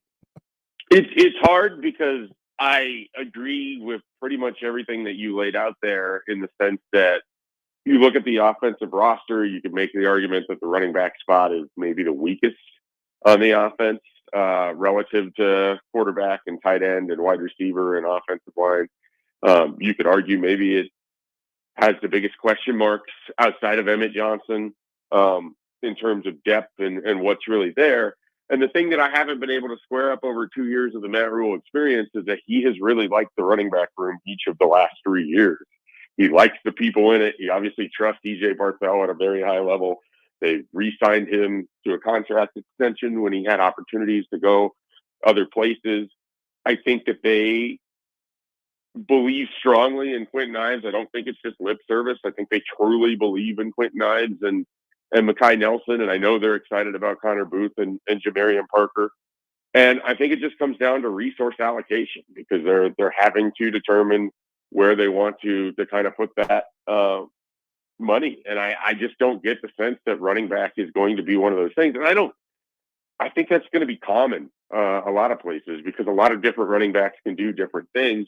The other thing that's difficult here is that we have a 1-year sample size of Jamar Brown, and it's across 16 games, which is 3 more than Nebraska would have played. And it's not like he was a workhorse running back there. I think he was part of a rotation. And so if you're Nebraska and you really like Quentin Ives or Mekhi Nelson, you could probably talk yourself into the idea that they could have done similar with everything else that's built around North Dakota State as Jamar Brown. You have no opportunity to watch this guy in the spring. He's not coming here to just be part of the third or fourth running back. He's coming here to play. And so I just think so many unknowns that I think it's hard for Nebraska to approach this the same way that it was at tackle, the same way that it was at wide receiver, where you have this obvious need and you have these stats to fill or these reps to fill. I just don't think they get that, or they feel that way about running back, and it makes it hard to project that they're going to go all out for Jamar Brown. Now, the one thing is maybe they don't meet him there financially, but he's more comfortable at Nebraska than he would be at Miami. We've seen that happen with other players. Andrew Marshall took less money. I'm fairly positive on this. Took less money to come play for Nebraska than go to Miami. And so it could just be something like that could happen. But it just doesn't feel the same as it has with other transfer portal targets. Yeah. And so that's kind of where I come from with it. Yeah. And I think you're right about the approach at the running back position in general. It'll be something to watch, especially, this season. So here's a doomsday scenario, I guess. Like usually you're in a spot at that position. I don't know. I shouldn't say usually. It's not the case for everybody, but like you lose a top back and you could put the next guy in there and he'd be okay. And I think you're right. They believe in Quentin Ives. What happens if Emmett Johnson misses any significant period of time this year? It just feels like that's turned into like a one or nothing, one or nobody, almost like quarterback-like situation to me that I get a little concerned about. Then they would tell you that they're comfortable putting in Mekhi Nelson and Quentin Ives, and they like Kenneth Williams, and down there you've got freshmen in Jamarian Parker and Connor Booth. If you pose that scenario to them, they would not blink as they look directly at you and just tell you it'd be the next guy up, and they believe in him as well. And so the thing about as people get a little bit squeamish with the idea of anything happening to Emmett Johnson, I think it's important to remember that Emmett Johnson wasn't this guy that we built him into. I know. Going into last season, or certainly not in 2023. So I think the idea with not spending as much in terms of your NIL and your resources on running back is that they tend to just sort of emerge. And so for as safe as people might be with the running back room, it seems like it's a possibility that Mekhi Nelson could be the next Emmett Johnson, who was previously the Ramir Johnson, who was previously some other running back that emerged from further down the depth chart. Like this is a position where that kind of happens. And we haven't had a lot of spring access. And I've heard lots of good things about Mekhi Nelson and how he's able to run inside and the sort of feel that he has for the different type of running plays and everything else. And so I know that he's fast, and I know that they can utilize him in the passing game. But there might be more to Mekhi Nelson that they want to see than they don't want to give those reps to somebody else, or that they would be comfortable if Emmett Johnson were to miss sometime. Certainly they want him healthy. But I just, without having watched enough practice and just knowing how the things have emerged at that running back position, I don't think that you could sort of fearmonger them into the idea that, oh, we have to go get another running back in case something happens to Emmett Johnson. Yeah. I think the idea is that no one talked about Emmett Johnson this way going into 24 or 23. So why isn't it conceivable there's another guy on the roster who could emerge in the exact same fashion? That's fair. Hold on, Mike. Headset work. There we go. Come on. That's fair. No, that's fair. So I have a question for you, like personally, Schaefer, and if you were setting, well, it's not a personal question, but if you were setting this up, if you were the GM and it was like, hey, we have to like moneyball a couple positions here. You're the GM of a football team, whether it be in the NFL or in college or whatever, and we can go out and we know we have to pay a quarterback this and edge rushers this and corners this and whatever it is, offensive linemen. But you have to moneyball a couple positions. Would running back be one of them for you? Relative to like, some of it is okay if my options are Adrian Peterson or whatever year he was out of his mind, amazing for Oklahoma. Or and then substantially less money, I get 2020 Dedrick Mills. I would probably, and I love Adrian Peterson, I would probably choose Dedrick Mills. Oh, man, you're crazy. You could put that money to so many other things. Like, see this in football, I think, where you want your highest paid NIL money to go to. Obviously, quarterback. Everybody knows that one. And then if I'm Nebraska, it's all about the pass rushers. It's about the erasers inside on your defensive line. I mean, I am giving so much money to that defensive line. Like, go back to the college football playoffs, and all of these teams have a ton of talent. But in all of these games, Happer, I'm telling you, it felt like the team whose defensive line was owning the line of scrimmage was the team that ultimately won those games. And it didn't matter if you had Cam Scattaboo, though Arizona State should have won that game. It didn't matter if you had Ashton Genty. It didn't matter if you had, and again, they all have good running backs. I mean, Ohio State had 2 studs, but they didn't do anything against Nebraska. Nebraska shut them down with a strong defensive line day. I know I'm jumping around with the point I'm trying to make here. I love the idea of having a complete, outstanding running back.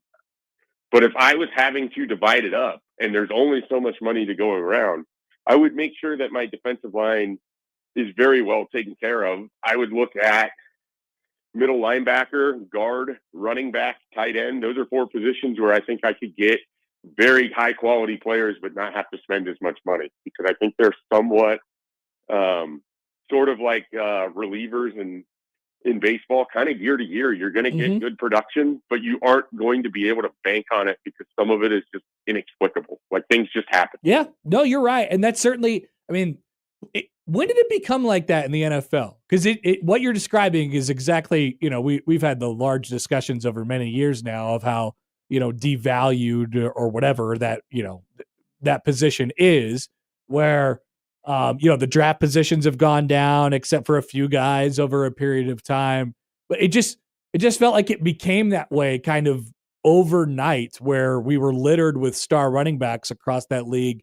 And then all of a sudden, you got guys all the way down the line who can give you a lot of carries and quality carries. Yeah, and it's not that there aren't still stars out there. We saw Saquon Barkley and Derrick Henry have monster years, and other guys have good years as well. But I don't know when everyone clued in on it. I know for me, the first time I really thought about it differently was after reading Bruce Feldman's book about Michael Orr. Or it wasn't Bruce Feldman, excuse me, Michael Lewis's book about Michael Orr, the then Ole Miss tackle who ended up with the Ravens. And he writes this book, and it's largely about Michael Orr, but it's also just about the sort of how valuable the left tackle has become in football. because after quarterback, the most important thing is pass rush. And then after that, it's pass protection. And then after that, it's the guys who have to go get the football. And then after that, it's the guys who have to defend the guys trying to get the football. And so, if you're doing positional value, and this is the NFL draft, it's a great week to have this conversation. I mean, it's quarterback, it's pass rusher, it's pass protection, and then it's some combination of either receiver or cornerback. Yep. And like those are your five, your tackles, your ends, your quarterback, your receivers, and your cornerback. Those are where most of the best talent and the most money you're going to spend is probably on those positions in the NFL. And we're going to see that trickle down. Well, that's why a guy like Matt Rule is hiring someone with NFL experience, front office experience. And we see that around college football, and it's going to mirror what's happening in that league. And I just think, and that's not to say that you can't have stud running backs, and it's not to say that guys can't be really hugely important. And Nebraska is a place where running backs have been cherished for years. It's just to say that you're going to have to go about it a different way. And Nebraska's had 4-star running backs that haven't panned out. Stevion Morris was one of them, where he was a tremendous high school player, and it just didn't work out in college. I mean, there's a whole host of them that we could run through as well. But it's just a position where they're going to have to go about it a little bit differently, I think. But it can still be a big success. And some of that is building your roster. You build a good offensive line, throw a good running back behind it, have a good game plan or a good play caller in Dana Holgerson. I mean, how many great running backs has he had over the years? And they weren't necessarily 4-star studs, 4 or 5-star studs. So there's a lot of different ways to get there. And I think Nebraska is going to pursue the route that we're seeing in the NFL, which isn't that you completely devalue it, but you're just not going to put as many resources into it. Schaefer, great conversation as always. I don't have a should we click on this link today. I'm sorry. But we are tracking our dear friend Josh Peterson, it's going to be really tight for that 3 hours. Like it's going to be very close. Do you have a prediction? Do you think he's going to finish in under 3 hours? Didn't Severe just tweet that he's on a really good pace with like 7 miles left? He's tracking very well. The predicted finish time based on his pace right now is just 1 minute and 45 seconds under 3 hours. Yeah, well, we'll see when he gets into that kind of that 3 mile window, if he's got anything left in the tank, all the years of training and everything else. Really cool experience for him. Very happy for Josh, and I hope he gets it done. But either way, just an awesome experience for him to be able to go through. Yep. All right. See you, Schaefer. Thanks. See you guys. Have a good week. Mike Schaefer, Husker 247. You can check out his stuff there. Did a podcast over the weekend. I am, as you couldn't tell from this show, as I canceled most sports already, I think, I guess in the old school mind about that position, I just watched Nebraska's backs, and I know they've had like semi-productive ones, and Schaefer mentioned Mills and then what Johnson did last year. Like Johnson at the end of the year, I think was different. So maybe that's what they're hoping for. But gosh, I just like breaking a tackle, breaking it just hasn't been there. It hasn't. It just hasn't. So, and I don't think you could. Maybe that was a bad comp that he laid out there, but like I just don't think you could convince me. Maybe I'd be a horrible NFL GM, obviously, but I'm not moneyballing that spot. I'm not doing it. Not in the Big Ten, right? I don't know. I don't know. It does matter more there than other conferences, right? Big Ten still a running back league, right? Oh, I don't know. I don't know if you could say is that. Is it a quarterback league? What is it? What is it? Great question. It's a baseball conference, Josh. Okay. Everybody knows that. All right. So we can continue that conversation as we go on throughout the show today. But we'll come back. The odd news is next, and we are keeping a very, very close eye on the last couple miles of Josh Peterson's run for the Slurs. I watched this little cartoon man run across Boston the entire time you were talking to Schaefer. I cannot look away. This has been fantastic, and the drama is high. We're back after this on 1620 The Zone. He gives you the latest sports news, analysis, and commentary in a clean, concise, and disease-free way. See there? What a relief. Thank God. Wonderful. It's the Connor Happer Show on 1620 The Zone.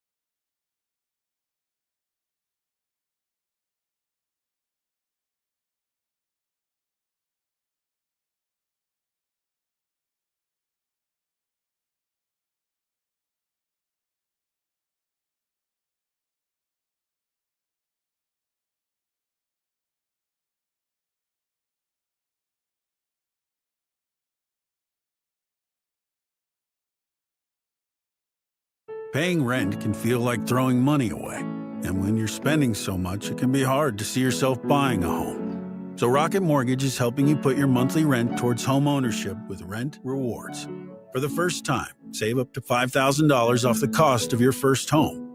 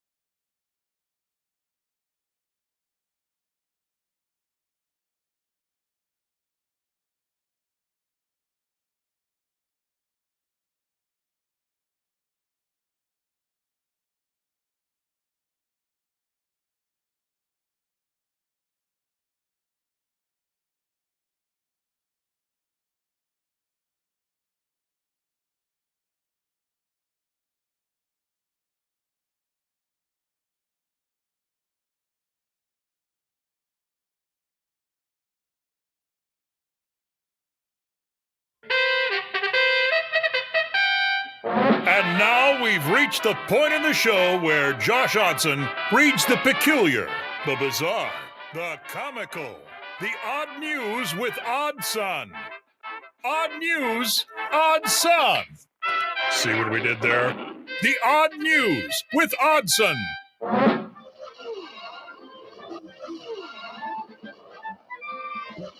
On the other side of that. Okay. This is high drama. Josh Peterson. Our friend. Our friend. Our colleague. People who we love to hate. Someone who we love to yell at because of his bad takes on many things. But we care, weather predictions. We care about him dearly. He is on the final mile and a half here, basically, of the Boston Marathon as we speak. He's going over Lansdowne Street right now.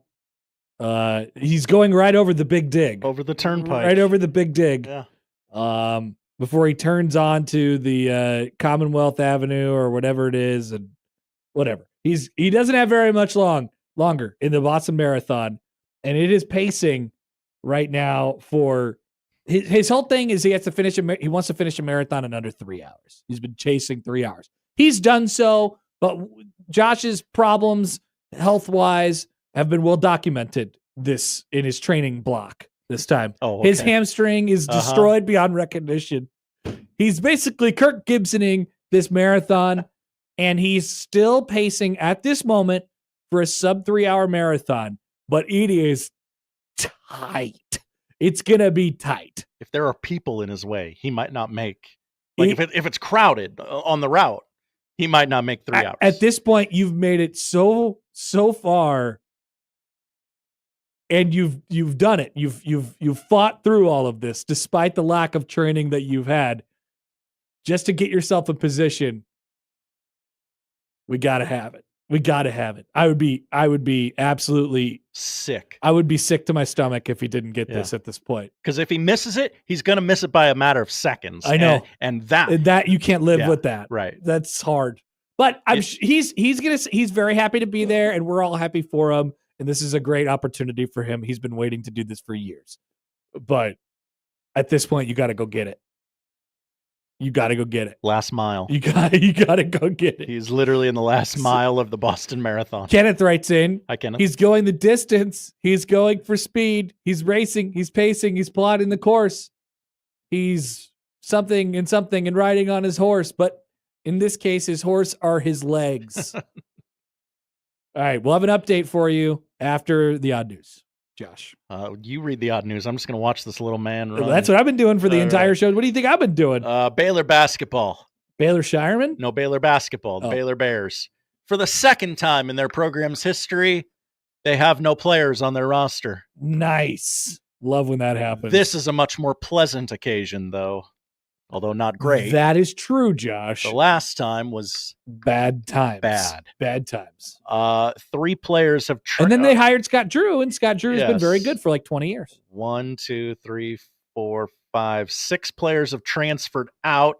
1, 2, 3 have graduated. 1 has gone pro, leaving Baylor men's basketball with 0 players on its current roster. Did Kansas get any basketball players besides Jaden Dawson at this point, or is he just alone? Yeah, they would in the have a very room? low number too, wouldn't they? I would assume he gets all the get all the NIL that doesn't get during that period, like a prorated version of the NIL. That's I don't know. I don't think. I don't think that happens. But it'd be funny if it did. Hey, coach, let's go with a 6-man rotation this fall. What do you say? You good over there? Is my microphone working? No. It's not? No. Well, at least I can't hear you in my headphones. Hello? That's better. All right. Okay. Am I cutting in and out? Yeah, you are. In my headphones, at least. Okay. It's not my headphones. It is also my headphones. It's the microphone. Okay. That is what I would be led to believe. I'm not touching anything. Don't for the touch rest anything. Of the show. Don't move. Okay. If you actually can hear Connor, let us know. I'm back now, I think. Right? Yeah, okay. Nobody move. Funny story from WrestleMania yesterday. Stone Cold Steve Austin showed up. It's getting tight. It's getting tight. I'm watching the little man. Hello? Is this thing on? Barely. You wouldn't want to look low rent, though. Stone Cold Steve Austin crashed his way into WrestleMania yesterday. He drove an ATV down the very lengthy ramp in Las Vegas, and he was driving that thing fast, like really fast. Really? He was doing circles around the ring, and I said to my wife, he's going really fast. And my wife Did he run somebody over? My wife said, what are you worried about? He races these things professionally. Like that's like his, that doesn't his new life. And as she was finishing that sentence, he crashed into the barricade, knocking a fan over. Is a fan okay? I believe so. All right. Although Stone Cold never really got full confirmation on that. Stone Cold on a 4-wheeler. Yeah. And he bumped into the he took a corner too wide, bumped into the electronic video board barricade there. If there's one thing in wrestling that I am still down for is still watching Stone Cold smash those beers together. Oh God, he was doing great. Yeah, probably don't let him drive an ATV while impaired though. Over the course of the years, he has managed a way to squeeze the beer can in just a way that like it's amazing. The beer comes pouring out like a waterfall. It's if you did it at home, it would just trickle out and the can would get all dented and you'd like cut your hand open. It's an art form. Yeah. And finally, as Josh Peterson prepares to finish the Boston Marathon. Is getting close. And by the way, we are going over break this hour just so everybody knows this is important stuff. We got to stick with the news as it breaks. We can't be going to commercial. I am so stressed out. They ran a marathon in China over the weekend with human competitors and robots. Let me guess, the robots won. In one small step for robot kind, thousands of humanoid robots ran alongside actual humans in a Chinese half marathon Saturday. The bipedal robots of various sizes ran, and a robot claimed victory in 2 hours, 40 minutes, and 42 seconds. 2 hours, 40 minutes, and 42 seconds. So about 20 minutes better than Josh, who is coming down the final stretch right now. He's about to pass 2 Shell stations on his right. He just ran by a Trader Joe's. And once he does, he will be, I mean, he's currently on Boylston Street, the famous street for many reasons. And he is a mere, I mean, he's what? Hundreds of feet at this point away from the finish line. There's a Hoka store right there. That's what a perfectly placed Hoka store. I wonder if they knew what they were doing. That little man just keeps running and he keeps gaining ground. Josh, when do we get the official time? Come on! Well, I want to see that little man finish, cross that finish line and see what happens. There he goes. He's about to pass a pressed juicery on the left. Sounds delicious. Yep, a couple stores and restaurants. A very large Shell station with a See's candy attachment. Abe and Louie's. You just passed Abe and Louie's. Once you get to Abe and Louie's, they always say that's when you know you're almost done. Oh, once you get to Abe and Louie's, he can feel it, and he's got to be charging now, right? He's right at Typhoon Asian Bistro. I think a Dunkin'. I think we're looking good. I mean, he is going to finish. He is definitely going to finish, but I think he's going to finish in under 3 hours. I am seriously so stressed for him. I know. Black Cat writes in, incredible play-by-play per usual, Hap. Thank you. We're on top of this. I'll be your Glenn Sisk. The little frozen man, or the little man is frozen. Oh, no. Why is he frozen, Connor? He's not moving anymore. He's moving on mine. Okay, good. My little. Oh, no. He's running in place. He's running in place. Josh, keep going. Stop running in place. Is there a line? And he can't move? Is this going to affect the time? I'm going to. Aaron and Papillion says he finished. Okay. Did he finish in under 3? 258.46. 258.46. He did it. Our guy. Wow. With the bum hammy and all. Josh Peterson, our GOAT. Oh, he skipped the last stretch and our GOAT. Look at this. Our running GOAT. Set a dream for yourselves, people. Now this should tell you that all your hard work is stupid. You don't even have to train that hard to get your goals. Isn't this the lesson from this, Josh? You don't even have to train that hard to hit your goals. Yeah, I guess so. He hit under 3 hours and he didn't even, he trained hard, but it was not as good as normal because of his hamstring. That's my takeaway from this anyway. Take it easy. That would be that's my 2:58.46, averaging a 6-minute and 50-second mile for 26 straight miles. What a psycho. Unbelievable. Imagine running 26 miles. We are very proud of Josh. We are very proud of Josh. That is incredible. Back with the big running over reaction. Next on 1620 The Zone.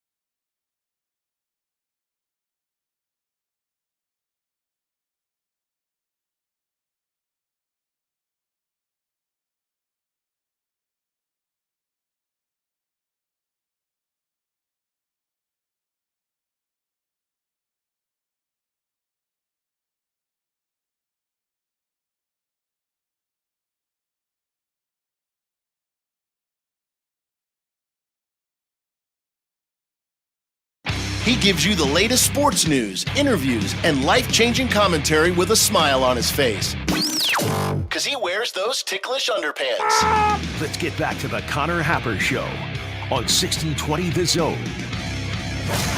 Wow. Look at our sweet, sweet boy, Josh Peterson. We'll come back. He'll come back next week and we'll give him a whole bunch of crap. But, we're proud of him when he's gone. We're proud of Josh, not to his face. Yeah.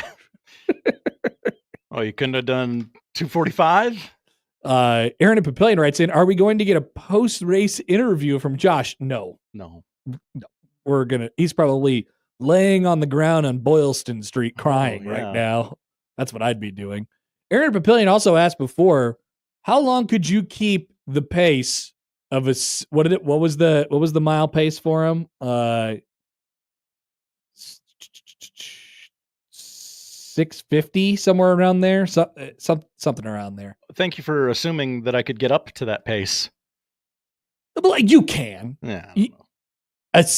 Josh, you could sprint for 10 feet. Okay. That would be more than a 650 mile pace. But if you could only run the 10 feet, you could only run the 10 feet. It's about maxing out where you can max out. That's it. By the way, Josh ran, as Hockey Dad pointed out. Hi, Hockey Dad. So his last mile was tied for his second best mile in the entire race. Oh, really? Yes. So he really pumped it at the end. He knew it was going to be close, and guess what? He absolutely crushed it. Wow. Look at that. Big game Josh. Absolutely. That's what they'll call him. Big game Josh. Comment here from the YouTube where TC writes in. Hi, TC. He has no excuse now not to show up to work. If his car breaks down, he has proven that he could run to work. People forget that. That is true. Yep. No more shows from home, Josh. Yeah, no more snowy day shows. You can just run, Josh. Isn't that what all the training's for? Mm-hmm. Don't you want to use it in an actual, real, are way? Yeah, or is it are these just show muscles? I like to have the functional use of things. Yeah. So this is big marathon, big Boston Marathon overreaction. You can call in 402-951-1620. I don't have much to say about it today. This is like Nebraska playing, they beat Idaho State 77-7 or something like that. Did what they were supposed to do. It's like, he had a good, he had a good few miles in there. And saw some flashes. Yeah. Really like what he did at about the half marathon mark. Really seems like he lost it there for a little while. About 75% of the race, he really slowed down. I wonder what he was thinking. Got to conserve the energy so you can use it right at the end, right? You don't want to gas out. I guess, but for his standards, he ran pretty slow. For my standards, he ran very fast. Very fast. Still. But, yeah, pretty slow during that period of time. And then we look up and we watch the Boston Red Sox playing the Chicago White Sox today, where Aroldis Chapman apparently plays for the Red Sox. Have you seen this? Have you heard about this? This is the first time seeing and hearing about it. Aaron and Papillion, with a bit of intel on the Boston Marathon, there's a big hill at about mile 21. Oh, that's where we saw him going up on TV. Oh, okay. They were running up there. Oh, yeah. So I don't know what he got, what place he got. Hopefully, yeah. Maybe, I don't know, maybe he got like top 500 or something like that. I'm not sure. But he finished in under 3 hours, and that's what matters. Josh Peterson, ladies and gentlemen. Josh has a graphic out there at Happer Show on the JTech Construction Zone Twitter feed. In a time of 2 hours, 58 minutes, and 46 seconds, our friend Josh Peterson has accomplished his goal of finishing the Boston Marathon in under 3 hours. There's a picture of his face, and it says, finished, in the style of the On3 graphics. I have his placements. Okay. Overall, he placed 4,006th. He should get a Wilt Chamberlain 4,006. In the men's division, he placed 3,762nd. Wow. He finished behind like 250 women. Now in this, I believe this next breakdown of division would be professional and amateur, I believe. 2,777th of amateur male runners. Wow. That's amazing. Mm-hmm. Just and what did we say? There was going to be 30,000 people who ran the race. Now that's pretty good, Josh. Yeah. All the people, John will sit here in the afternoon and make fun of him. Is like, well, if it's not about winning, then what is it about? Now, a bit of controversy in his finish. Did you know that there's 2 different types of finish in a marathon? Whoa, what do you mean? It says here, puke and crap your pants and non-crap your pants. His net finish is 2 hours, 58 minutes, and 46 seconds. His gun finish is 3 hours and 11 seconds. Right, because he started behind a lot of people. Okay. I assume they just pile them all up there at the start, and then they're like, go. I don't know what order they go in. I don't know who gets the rights and the responsibilities to go first. Probably the professionals. I mean, but Josh is a distinguished member of the media. That doesn't give him the right to do anything, Josh. It should, though. You may be right about that. I don't know. We're not going by the gun finish. I don't think so. We're not going by the gun finish. I had to dig to find that number. Good question from this is from Twitter from Mark. Hi, Mark. When do all the drunk fans call into the Boston Marathon overreaction show? How long will you keep the lines open? Well, this is a day game, and so we're less drunk. Yeah. Less drunk today. 11 a.m. start. But I don't know. Our phone lines are open. The only scheduled caller that will call into the show is in less than an hour when Sam McKewon joins in. He will be sober. Very. Extremely. We do need as to get sober as it gets. We do need to get our bloody knuckles. From the 757, did Josh win the middle 8? Ooh. Those last 4 minutes before halftime, and then the second minute, the first possession coming out of the second half.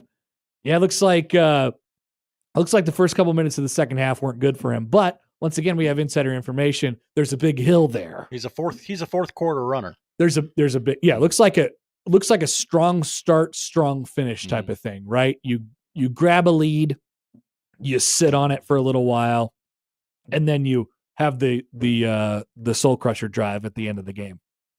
That's what it looks like happened for Mr. Josh. He let his opponent back in the game, and they're thinking, okay, here we go. And then boom, just crush their dreams. From the 402. Hi, 402. Less drunk today? ? Speak for yourself, Connor.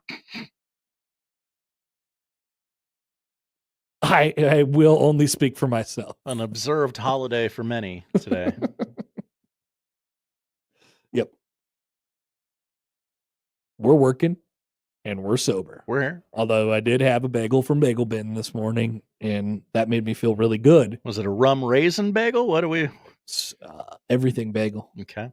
Everything. Not poppy seeds or anything like that either. Sounds delicious. It was fantastic. Hey, Josh, here's a funny story from college football. Okay. We should talk. You know what? We should talk to our friend Max Olson. Maybe this is a good idea for tomorrow. So we've been following this Nico Iamaleava situation. He ended up at UCLA as we thought. That was made official over the weekend. But there's always collateral damage. There's always collateral damage. Oh, no. And in this case, there is. UCLA was bringing in a transfer quarterback this year by the name of Joey Aguilar from Appalachian State. Yes. He was set to start for UCLA this year. They were pretty good with that. They were excited about Joey. Well, Joey, the football player, formerly the starter at Appalachian State, and the assumed starter at UCLA, has now been upended out of his starting position, it feels like, without anything happening in practice or anything like that, just documents being signed. Poor Joey Aguilar is booted out to the street. So he has to go to the transfer portal now, or he feels like he has to go to the transfer portal now, where Tennessee is expected to have interest. Oh, no. According to Friend of the show, ESPN's Max Olson. ESPN. Max Olson, ESPN. Wonder if he has bumped into Jeremy Schaap yet. Jeremy Schaap, ESPN. Couldn't possibly have. How about a little QB swap? We'll trades in college football. We're getting closer and closer, Josh. Are you interested in a little QB swappage? This is hilarious. It is the funniest outcome possible. And it perfectly relates to our main headline of the day, which is sports suck now. I don't know if you've heard. If you didn't catch the beginning of the show, sports suck now. I'm a watcher of something. I'm a watcher of Boston marathons now. This is a running show now. Yep. It's the only thing that's brought me any joy. I want to watch that little man, that little tiny graphic man, run his legs really hard for 26.2 miles and nothing else. The rest of it, all the other things that happen in all the other sports outside of the actual sports being played, really the sports being played, that's not so bad. Like the actual games, that's not so bad. But the people who are in charge of the sports and in charge of the context of the sports have been complete disasters. So much so that it's affecting the quality of the games that actually get played. And I'm forced to get angry every time the sport isn't actually getting played. And sometimes when the sport is actually getting played. So welcome to college football offseason, where so far in the last few days, we have seen our first college football holdout, which is turned into what appears to potentially be our first college football quarterback for quarterback straight swap trade. No PBT NLs in this situation, Josh. PBT. Player to be named later. Yeah. Okay, PTB, yeah, whatever. Welcome to college football. Not to bounce around on you, but we do have comment from Josh Peterson. We do? We do. Is it a tweet? It is a tweet. It is a photo of him holding his medal. Absolutely and positively overjoyed. Wow. Who's that guy behind him? I don't know. I was thinking it. All right, hold on. Let me put this up here. Wow. Hang on. Let me just you need to, we got to evaluate this because this is big. We don't get this very often. It's not like we're doing anything. So here's watch along with this on YouTube. We don't leave the house. Here's the photo that Josh has just put on Twitter, and I'm just wondering all the people in the background. Who is that guy? Who's that guy right there? That guy ran in the marathon. I believe Josh ran in the marathon. Yeah. That guy ran in the marathon. You bet. There's a lot of people I'd like to ask questions of. Who else do you want to ask questions? There's a very long ponytail from the person passing out the medals. Who are these people? What is Boston these days? I don't know, man. And also, just look at the sheer amount of people. Disgusting. Grecky writes in, if that guy beat Josh, we have to find out. Well, what's his bib? Fourth. One of the numbers is covered up. 40-something-3. Yeah. 40-something-3. All right. Search every number that's 40-something-3. We could break it down. Look at. That's a nice medal. That is a good medal. I would never take that off. Is that a unicorn on the medal? I'm sure it's not, but well, it sure looks like it. Chance writes in. Hi, Chance. Did Josh get a picture with King Slur? Well, that's traditionally done after the Boston Marathon, right? All right, that's big. That's big marathon overreaction. What a day! And college football and all sports are bad now, and this is a marathon show. This is a marathon show now. The Red Sox are winning 4-2. So nope, just an inning left. You don't call into this show. You don't contact this show if you don't have takes about marathon. We only listen to takes about marathon on the show now because all the other sports are bad and dumb and canceled. Good question from Stacy. How do you know it's a guy? I guess I don't. It was just a placeholder. It was a placeholder for person. I like saving my own butt there. The royal guy. The royal guy. Like, hey guys. Yeah. Yeah, hits it out to the guy in left field. Left fielder could be a guy, could be a girl. Who knows? I thought of this question as Connor was talking earlier, but Who's that guy? didn't want to call attention Who's to that person? That's what I meant. The royal we. The royal we. We are back after this on 1620 The Zone.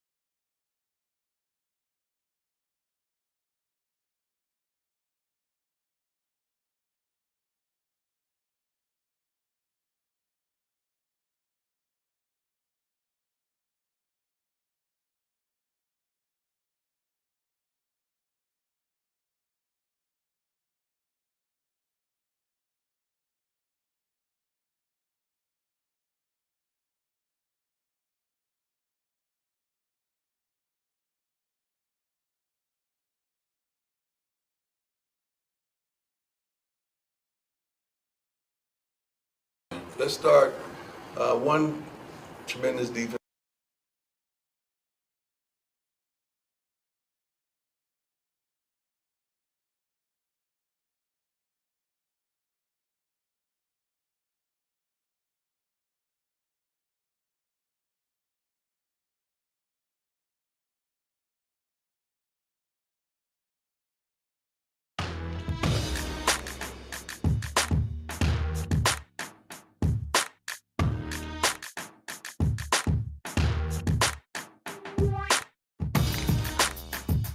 Got an email here from John. Hi, John.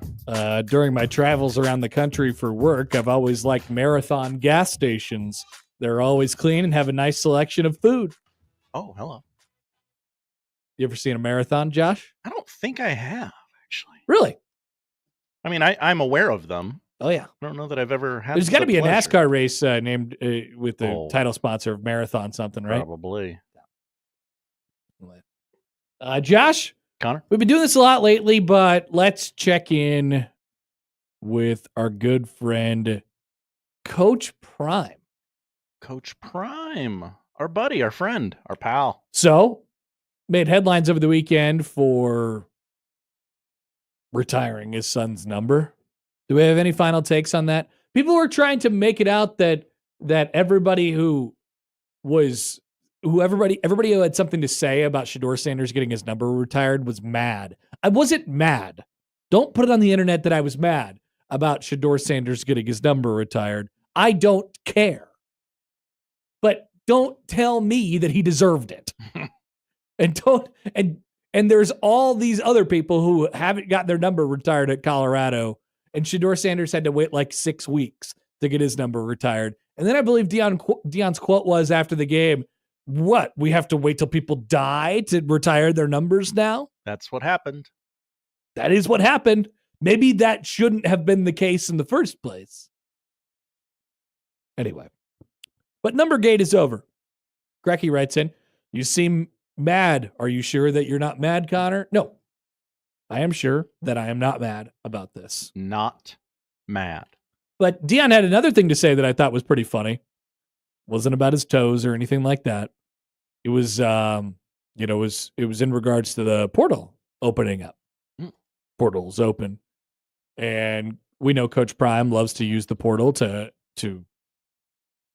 make his team better and to improve things. I didn't watch any of the Colorado spring game. Josh, did you? Not 1 second. Okay, I did see a catch in the corner of the end zone. Didn't even see that. I saw a catch in the corner of the end zone, and it's one of those random stupid Buffalo CU buffs, like SCO buffs, whatever accounts, was like, that dude levitated for that, and he just jumped. He jumped for the football. Jumping is a form of levitation. I guess he didn't jump very high. He just jumped a normal amount and caught the football in the corner of the end zone. So the Buffs accounts are back, and they're hyperbolizing everything. So this was the other thing that I thought was interesting from over the weekend. Coach Prime, like I said, likes to replenish his team via the transfer portal. So what do you need? What are you going after? Here is Deion Sanders from after the spring game on Saturday. Let's start. One tremendous defensive tackle, another linebacker or two, two safeties, probably three corners, one receiver. This is a grown man as a dog. Couple running backs, tight end, maybe a guard, tackle, maybe two centers. Okay. Are you just naming things in the room, Coach Prime? At first, I thought he was complimenting what he liked from the spring game, and then I'm like, wait, no, this is a shopping list.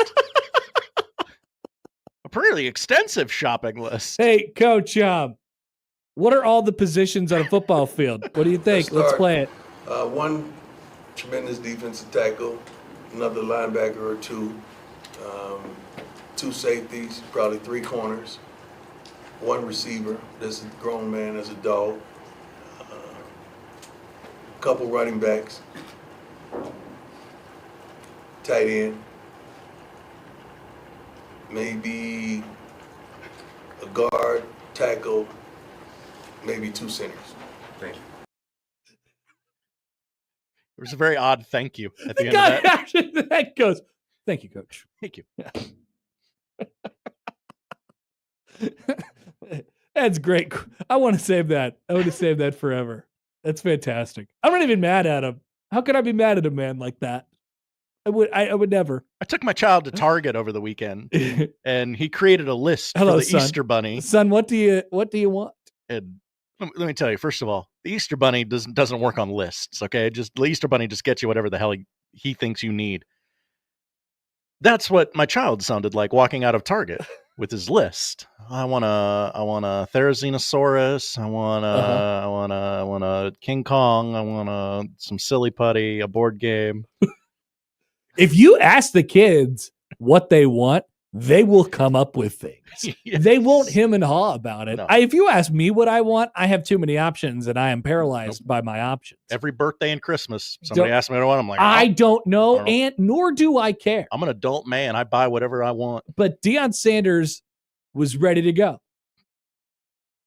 I'd say a corner, two safeties, a tackle, a guard, two centers, a tight end, a running back, a couple running backs, a wide receiver that's a dog, by the way, Airbud, and various other things that you need to create a football team. Chris writes in. Hi, Chris. Also, a dozen eggs, bread, milk, and a Kit Kat. That is an incredible clip, and I want to play it every day on this show since we're not a football show anymore. No, sports are terrible. Sith Destroyer writes in. Hi, Sith Destroyer. Matt Rule would be fired the next day if he said something like that. LMAO. It would be quite the change for Matt Rule. Matt Rule won't even go get a running back right now, and he doesn't have any. There's one literally visiting campus, and he's like, I don't know if we need this, guys. I certainly don't want to pay for it. No. Who's going to pay for all this? That's what Matt Rule's wondering. Can you just like me for me? Who's going to pay for all this stuff? Chance writes in. Hi, Chance. Punters, kickers, long snappers. How you feeling right now? Got to be feeling pretty good. Pretty good about yourselves. Weren't on the list. We like what we have here. Outside of that, it would have been really great if he would have been like, man, I love my team this year. I love what we got. We just need this. Just start. We just need a little bit of tremendous defensive tackle, another linebacker or two, two safeties, probably three corners, one receiver that's a grown man, that's a dog. Grown man that's a dog. Couple running backs, tight end, maybe a guard, tackle, maybe two centers. Thank you. Thank you, Coach. Thank you. I appreciate that. So is this Coach Prime thing going to work? Let's go. I feel like we're going into year 3, and we're like, I don't know how he's doing I don't know how he's functioning, because every time we hear from Coach Prime, we're like, how the hell do they operate over there? And now they're going into the year where they don't have Shador and Travis Hunter. Oh, you named Shador first. Interesting. They don't have Travis Hunter and Shador. Because Travis is and Shiloh. People forget about Shiloh. That's right. It is broken arm. But they got a 5-star quarterback, right? I guess so. I guess Nebraska had a 5-star quarterback last year. What did that get him, Josh? The Pinstripe Bowl? A win in the Pinstripe Bowl. Watch your dirty mouth. That is true. So I don't know how they do anything. I don't know how this at all works. I mean, they've been able to make it work for the last 2 years. Who am I to argue? They have exceeded expectations drastically, I'd say. I thought what you hear in real life is going to be mirrored on the football field. And it hasn't been that necessarily, right? Mm-hmm. They were pretty good last year. They were okay last year. Over under is 6.5 wins for the Colorado Buffaloes. This is an article from CBS Sports, March 27th. I'd like to see that come down 1 win, and then I might take the over. Okay. You know they almost made the college football playoff last They didn't almost make the college football playoff If last a couple year. things went right. They almost made the Big 12 championship Oh, game. yeah. I'm sorry. You're right. I'm sorry. They almost made the Big 12 championship game, in which case they would have been able to win that and then make the college football playoff. Yes. They did not almost make the Sorry. college football You're right. playoff last year. Got my Mr. weeks Propaganda confused. Buff Man No, over there. that's Honk, not me. honk, honk, honk. Venmo Chris writes in. Hi, Venmo Chris. Well, why didn't he just say he wants a new team? LOL. I don't know why, but I love when coaches essentially crap on their own teams. It just makes me smile. All right. LOL. I forgot. They got the Liberty transfer. You are not in the At right quarterback. place if you like listening to people crap on. Well, they got him and the 5-star. Yeah. You are not in the right place if you like listening to coaches crap on their players. It's not happening here. He did not say quarterback. He did not say quarterback. I think they feel like they're okay at that position. Did he say running back, wide receiver? I don't think he said those either. Yeah, no, they need a dog at wide receiver. Oh, okay. And a running back. Sorry, it was a very long list. Yep, he needed all those. A couple safeties, a couple corners. 3 corners. Big defensive linemen, and guard, multiple centers, and tackles. Yep. Thank you, Coach Prime. Mustache Adam writes in. A mustache. And a partridge in a pear tree. There's your next parody song, There Josh. you go. Get in the lab and sing that tonight.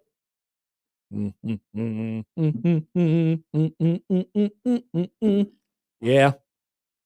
I don't know.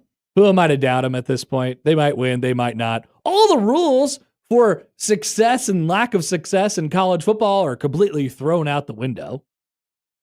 They're in the Big 12. They're probably thinking, this league isn't very good, or at least they're not according to Matt Rule. They're completely different. The Big 10 and the Big 12. By the way, speaking of that, quickly, nobody grabbed that and ran with it over the weekend. Okay, good. To my knowledge, I don't know what time Feinbaum goes on the air, but I don't know what, and I don't know who Big 12 Feinbaum is, but who is Big 12? Big 12 Feinbaum? Who is Big 12 Feinbaum? It's got to be some Texas. Who is Big 10 Feinbaum? Vehicle. Ooh. Do we have it? Kirk Herbstreit? Not necessarily a Big 10 honk. Desmond Howard? More specific to Michigan. Okay. More probably too specific to Michigan. Yeah. Who is Big 10 Feinbaum? Ooh. Or we should Feinbaum every conference. But anyway, Yeah. I haven't heard Big 12 Feinbaum talk about how Matt Rule, called out the Big 12 for being stinky and having worse players. So he got away with that one. What else can we get away with? I don't know why he went. I still can't figure out why he said that. I don't know why he said that. Like if my guy says things. If you want to say that you are going to be careful with how you recruit in-state guys because of our roster limits and we want them all to come to camp and all this stuff, like we're not going to treat you special. Like, great, do that, say that. That could last 5 minutes. Great. And he said a lot of that. But like, don't give me the, hey, look, man, we just didn't think that we just don't think most of these guys could play in the Big 10. And then they'll go off to the Big 12 and they'll have success. Or, like, don't do that. And they know this better than anybody. And he said this, I got to win. That's the one thing that they got to do. They have to go out there and win. I can't figure out why he said the Big 10, Big 12 thing, though. That doesn't make a lot of sense to me. So a lot of people are texting us. Matt Schick would be a Colorado Feinbaum, or Matt Schick, Colorado Feinbaum, or Joel Klatt. Joel Klatt, Colorado Feinbaum. I think to nitpick, those would be honks. Those would be Colorado honks. Yeah, Feinbaum is conference wide. Yeah, conference honk. Like John Bishop might be the Big East Feinbaum. John Bishop is Big East Feinbaum? Yeah. Or would it be Fanta? It might be Fanta. Fanta is Big East Feinbaum. Fanta is Big East Feinbaum. John Bishop top 5? He's Creighton honk. Yeah. Honk. He loves rooting for units, though. I think that's mostly a bit. And I don't think his take about UConn being a great addition to the league is that's a good take. Yeah, that's a good take. You want UConn in your league. Max says Joel Klatt has been sort of a Big 10 honk. Yeah. Yeah, I guess so. Okay. I guess so. I don't know. Does it really matter at the end of the day? Because the Big 10 could just say, we are the richest. Well, if we're doing the bit, we're the richest and we're the best. We have all the teams in our conference. We win the last 2 national championships. Kenneth says, I'm a Happer show honk. Honk, honk. Honk, honk, honk, indeed. Aaron writes in. Hi, Aaron. I think what we're learning is that only the weirdos in the SEC can have a conference honk. That's actually probably true. Yeah. It's weird that they have a whole conference honk. What about those muscle guys? I was trying to think of the muscle guys' names. Where do we put the tight shirt muscle guys? One of those guys is a Big 10 honk, which would make him a Feinbaum. Right? I mean, I don't know that the Big 10 has a muscle guy. Who even works for Big 10? Like, is Dave Revson is not He's a Big Ten honk, but he doesn't do takes. Yeah. Dave Wannstedt, Matt Millen. I don't know.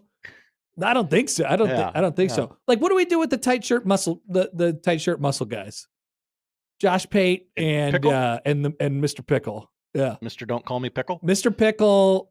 I don't know what he's a honk for, but he's always honking something out there. I only see those two when their clips get aggregated because they've said something horrible. Yeah, and Josh Pate is always talking about how good of a show he's going to have that night, and I've never seen it.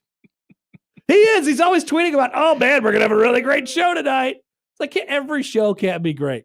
Trust us, we know. There's only like 1% of our shows are great. Joel writes in, this is a good point. Matt Rule might actually be the biggest Big Ten honk. Okay. Is he the fine bomb? I mean, he does give takes. He doesn't have a show. I mean, he kind of has a show. It's like twice a week for 30 minutes, and he just gets to say whatever the hell he wants. I'd be willing to move him to the maybe pile. And he gets the summers off, just like fine bomb. Just like everybody else, yeah. Stephen A. After the finals, he just goes MIA for 4 months. But he does the show from like a yacht now in the summer, which is actually an interesting wrinkle. All right, we got to find that. We got to find the Big Ten honk, I guess. I don't know how we got on that conversation, but I like it. All right, we're back after this round at the hour. Sam McKewon will join at the top of the hour. Let's talk about some baseball from this weekend. Oh, there was college baseball, Josh. Back after this on 1620 The Zone. I'm a fabulous driver. The Connor Happer Show I'm one of the best friends you could ever have in your life. on 1620 The Zone. I hate you.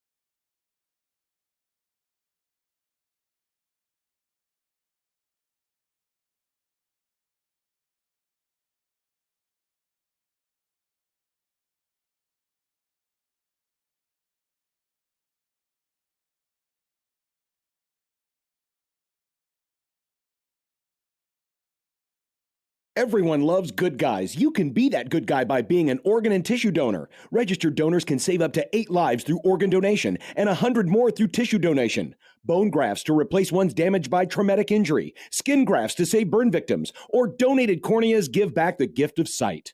You can be a good guy. Just check yes when renewing your hunting, fishing, or driver's license, or at goodguysavelives.com. Learn more about organ donation today and see how you can save 8 lives at goodguysavelives.com.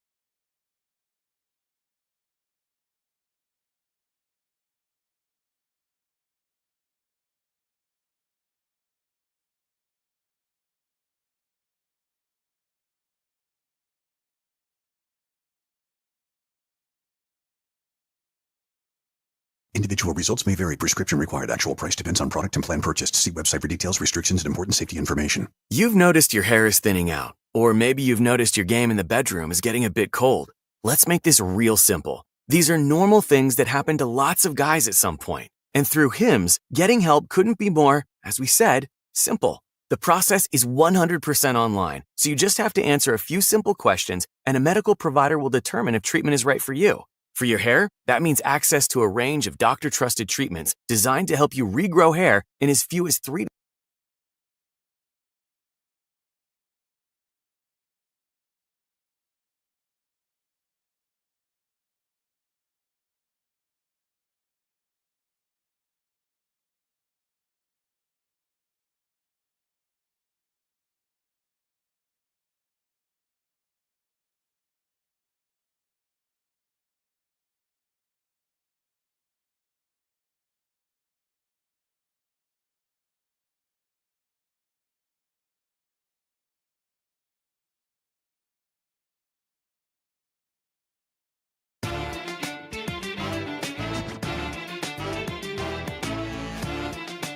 I almost forgot to let Josh Johnson just clear. I'm going to ISO play for Josh here.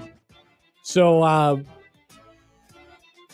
every year, let me just tell you my wrestling point from my vantage point. Okay, WrestleMania from what my makes vantage it through to Connor Happer? Okay, so every year I'm more and more surprised by just who specifically on my timelines, on my various timelines, are tweeting about this. Okay. It feels like it picks up maybe one or two people every year, and then they talk about how they love WrestleMania and they love wrestling, and I'm always like, what, you do? I didn't know this about you. Because maybe I don't interact with these people like on a daily basis, and it's just like I see their tweets or posts or whatever it might be, and they're all fired up for WrestleMania. I'm like, all right, cool. I didn't know this about you, and that's how I see it. I have no idea what happened or what was the storyline going in or what the storyline is coming out. No idea. Okay. I did hear that John Cena won something, but do you win WrestleMania? I don't. That's not how it works, No, right? you- They have special events. Like you win the Super Bowl. You win. Yeah. It. He won. So he won the World champion- Heavyweight Championship. Yeah, at WrestleMania. At WrestleMania. Yeah. Now, are all the title fights at WrestleMania? Is that Many titles are on the line throughout the 2-day event that is now WrestleMania. It's 2 days. It is 2 days, Connor. Here you go. John Cena. Here's your clear out. John Cena won his 17th world title, which is more than anyone ever.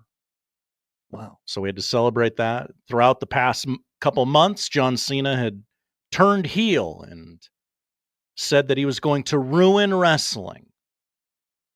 And his way to ruin wrestling was, we thought, oh, he's going to win, and we're going to go, oh, man, John Cena won.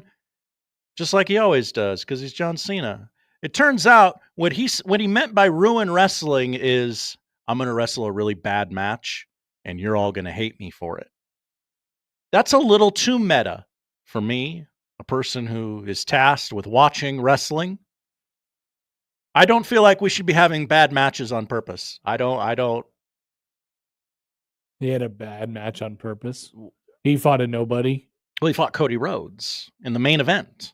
Cody Rhodes is somebody that is noteworthy. Yes, right? Yes. But he sucks? No, he's very good. Oh. And they put on a kind of a stinker of a match, and he wasn't good. Yeah, and just like it was good. Gotcha. And just feels a little like, I feel like we're thinking about it just a little too much. And I don't know. What were they trying to do? Well, they're trying to do this thing where John Cena's like, I don't care about the fans anymore. I've cared about the fans for the last 20 years. I don't care about them anymore. I'm looking out for me, and I'm gonna have bad matches and bore you, the fans, and I'm gonna win titles and walk. What a weird bit. I'm gonna very weird bit. Good take, Connor. And I'm gonna retire WWE champion in December. It's a bad bit. Yeah.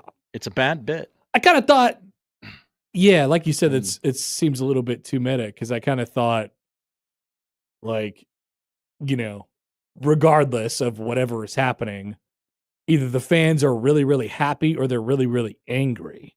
They can't feel nothing. Mm-hmm. Right.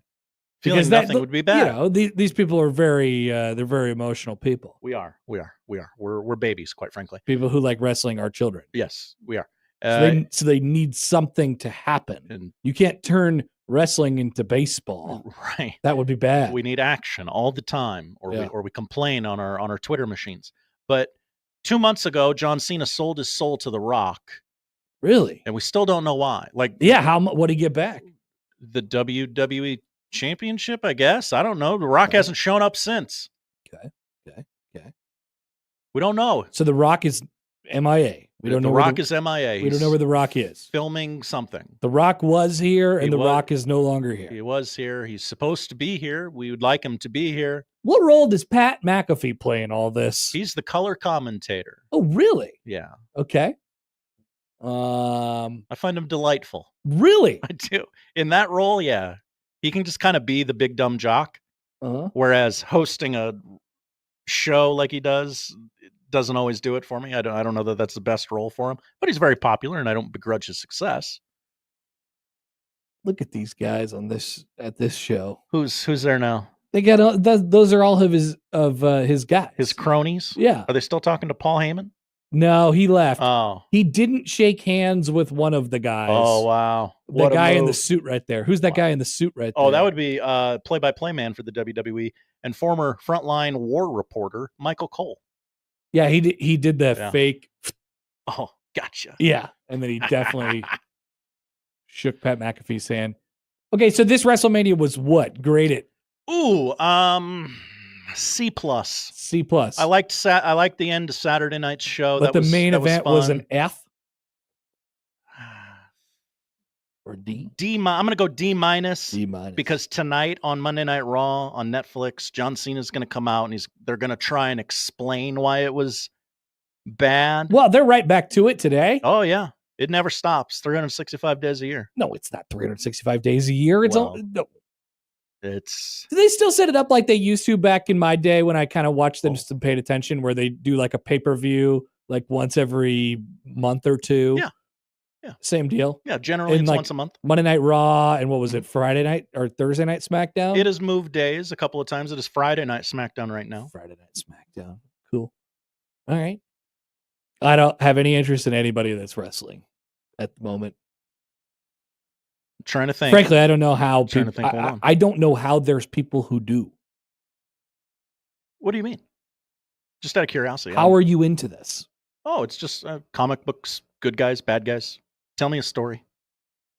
I got something for you. Oh, yeah? Sports. Sports suck now. I don't know if you heard this. Yeah, just be mad at all the commissioners all the time. Ah, God, WrestleMania sucked too. All sports suck. Exactly. Oh, no. Aaron writes in. Hi, Aaron. Let's see. So I got back into wrestling a few years ago. Oh, and welcome back, Aaron. I went to a Lincoln event with some friends. I liked it a bit as a kid, and I explained it to our group of friends who watched it last night. There's a lot of bad and dumb in the world, and it's a chance to turn my brain off when I'm watching. Mm-hmm. It's fake and fun.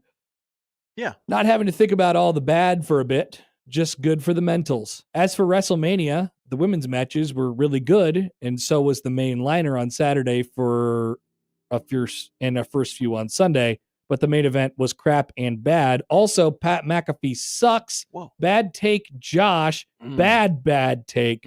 From a normally good take man such as yourself. Everybody's got one.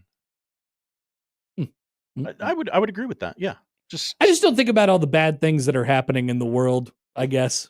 I just don't think about those all the time. Okay. That's one way to go. Yeah. But you and many others have turned to wrestling. I'll just turn my brain off instead of think about all of those things that are constantly being shouted at me at 72nd and Dodge. So is the Monday Night Raw tonight in Vegas? It is, yes. That makes sense. It is in Vegas at the... What are they going to do with that big, ugly stage? I imagine it's probably already been torn down. And wow. That's a good question. What does happen to it? They don't just melt it. Melt it? Do they sell it? No, I think I would. Does Pat McAfee take it to Pittsburgh and they just melt it? I would assume it's made up of many usable scoreboards and things like that, items that you could be used in other ways. Put it in a vault somewhere? No, they don't put it anywhere. It gets used for other things. It's a stage, Josh. Well, the ring is the same every night, but there was like a mile-long ramp. Yeah, it's just made up of smaller ramps. Okay. Right? Yeah. How do you build something longer? You add more to it. What do they do with the middle? It's just they have more, like when they have they lay out the basketball courts, Josh, at the arenas, they have more basketball court. It just sits back there. Okay. Yeah, they have more basketball hoops. But it just sits back there. WWE doesn't have a room. They don't have a room. They don't live there. They don't live in that arena. I suppose they could sell it and say this was used at WrestleMania, but it's just a stage. They should do that. No, they should not do that. Instead of giving me constant commercials during WrestleMania. Yes. John emails in. Hi, John. Wrestling is bad enough that I'm not even listening to you talk about it. It's just noise right now. I'll start paying attention again when you're done. What are we talking about? We've talked about running. We've talked about wrestling. The run and wrestling connection. Oh. Black Guy writes in that O-Trips acquired a piece of the old Civic floor this weekend for free. I saw that somebody had gotten their hands on the old part of the old Civic Auditorium floor, and they were selling it for free. It was very interesting how it was laid out. Yeah. What do you mean acquired piece? Dude, it was just somebody put it on Twitter or eBay or something like that, and they were like, "Hey, I got part of this floor. You can come get some for free. It doesn't cost any dollars." Okay. Yeah. So there you go. You get some Civic Auditorium floor, but you're probably too late on it now. Sam McKewon is our next guest. You can join us on the other side. We'll talk about in-state recruiting and football and the Husker games, and we'll get back to not WrestleMania next on 1620 The Zone.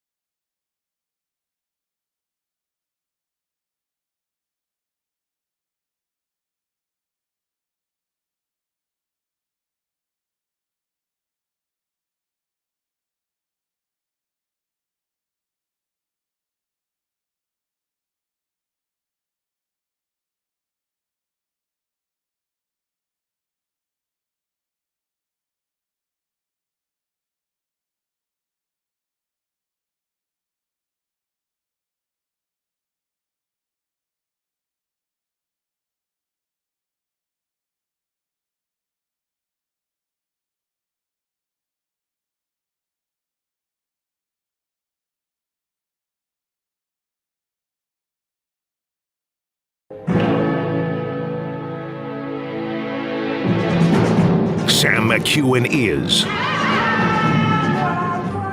the newsman. Sam McKewon, Omaha World Herald. On the Connor Happer Show on 1620 The Zone. All right. And we're joined now on the hotline by our good friend, Sam McKewon from the Omaha World Herald. Joins us now on the show. Sam, good afternoon to you. How are you? Good afternoon. I was trying to get to a spot where I wasn't in the middle, like right next to a lawnmower. Where are you? We live near a hospital, and so there's commercial lawnmowers, mowing the lawn outside. Gotcha. So it makes that sound that commercial lawnmowers make. Did you ever work at a golf course, Connor? I never worked at a golf course, but I always wanted to work at a golf course. Oh, it's basically the best job in the world when you're 18 years old. It sounds perfect. Like, other than the hours, because you got to get there early, obviously, like at dawn. But you mow greens and you rake bunkers, and then in the afternoon I would play the course. It was awesome. It's beautiful. It's an incredibly good job, and you do a lot of mowing of fairways and rough, and you gotta. It's a loud job because of all the things you got to do. But yeah, this is a pretty easy life. Well, and you get to be by yourself too. You just kind of get to be out there and in your own thoughts, and put some headphones on or whatever, and that's it. You do. Now, if you're mowing greens, there's usually two guys mowing each one, or at least there was at the course that I worked at. But I was never quite good enough as a green mower to mow them, because where I worked was Indian Creek, and they use hand mowers. And so the greens were mowed, the width of the mower was a foot and a half or something. So it was real tight, right? So the greens were fast. Other places use a riding mower for their greens, but so yeah, it kind of depended on where it was, but it was basically the best job on the planet for the money that it paid anyway. Yeah. Getting back to some of that right now. The mowers are out though. It's a sure sign that spring is here, and it is spring game week or Husker games week. I wanted to go back because we talked about this on Friday on the show, Sam. I mean, there was a lot covered by Matt Rule when he talked on Thursday about a variety of different topics and in-state recruiting, and it got into some questions of how to build a team or what. There weren't questions about it, but he talked about it. I feel like his mindset on a lot of these things have changed. We've covered that pretty well over the last couple weeks. What did you think of? What was your main takeaway from what Rule had to say on Thursday as he set the table for what we have coming up this weekend? So many different things that he talked about. He's going to talk again tomorrow, so I don't know how the on-car is going to go. But right. Thursday's presser was really interesting. Obviously he had to unpack the whole thing with the punter, which I thought really gave him some pain. He didn't enjoy having to basically cut that guy because they made a switch in how they're going to do it. Although I approve of what Eckler's doing. That's a tough deal. He didn't know I was going to ask him about the recruiting question, but you could tell he had been thinking about it. And I think part of what he didn't really say in that moment, and maybe because he didn't feel the need to, is Matt Rule had signed a whole bunch of in-state guys in his first three cycles and really valued the state, and may have actually put the kids in this class in a position to be more noticed because Nebraska was taking so many of these guys, and I think a lot of people respect Rule. And so, he wasn't going to say that, but I think there's a sense of some schools are coming in and maybe offering these kids before they go to a camp. There might be some frustration with that. He doesn't want people to think that Nebraska doesn't undervalue those players, but at the same time, he said, my job is to win. Yeah. And I think that it's now becoming, more abundantly clear that, there needs to be a big season in there. And maybe it's this year, maybe it's next year. I think one of the next 2 years it's gonna pop. It's gonna be good. And I don't know if it's this year. This could be a stepping stone kind of year, and then next year it really takes off and they win 10 or 11. But or maybe it's this year, but I think he understands there's a sense of urgency. And, you know what happens? You start winning some games and you get a taste to win more. And so I think he probably looks back on last season and it kind of scalds him that they lost to Illinois and Iowa the way they did. You know, I'm sure they don't even speak about some of the games this first year because the ways they lost this first year were so ludicrous that, you know, that stuff doesn't happen again. But I think there's a sense of urgency there. I've said this a couple times. I understand why they let go of Ed Foley. I don't know that Ed Foley was the main issue there. You know, I think that they had the wrong long snapper, and maybe there were a few other things. I will say that I think Mike Eckler is a very, very good special teams coach and will do an elite job. So they went and hired the right guy. But I think there's a sense of like rules having to do some hard things in order to put this program in position to win in what I think he would call the hardest league that he's ever coached in collegiately.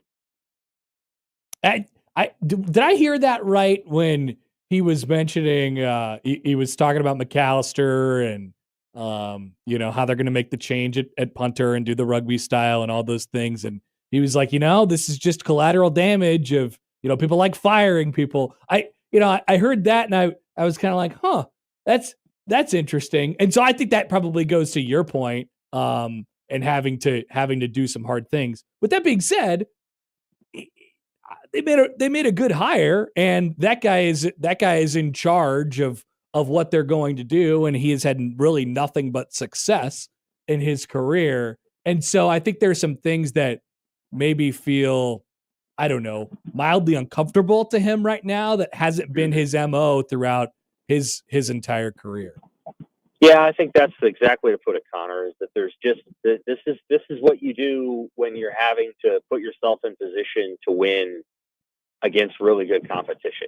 And, you know, one of the things maybe he learned in Carolina, and this is something we'll talk to maybe about over the summer, is that, you know, he was, in a lot of cases, he was going into an NFL game with just less chess pieces than a lot of the teams they were playing because their quarterback situation was always kind of up in the air. And McCaffrey, their best player, was hurt a lot. And so I'm sure he knows what it's like to go into a game and think, you know, I got my best player's hurt, my quarterback situation's unsettled, and I got to find a way to win a football game. And that's pretty hard when those two things are true. And there's been a couple games since he's been at Nebraska where obviously he didn't have the more talented team, and I think he's had to work through that.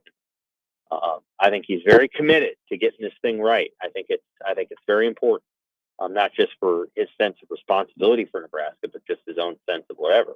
So, you know, I think you got to make the decisions you got to make. To me, the Satterfield thing was different. Obviously, that was a change that needed to be made, and quite frankly, could have been made after year one. And I don't think anybody would have batted an eye, or at least I wouldn't have. But the Foley thing, I don't know. Again, that stuff with the kicks and the snaps and whatever, that's hard for Ed Foley to control. And, you know, but Ed Foley's still with the program. I think that's good. Satterfield's still there too. So, you know, he's found a way to keep those guys around.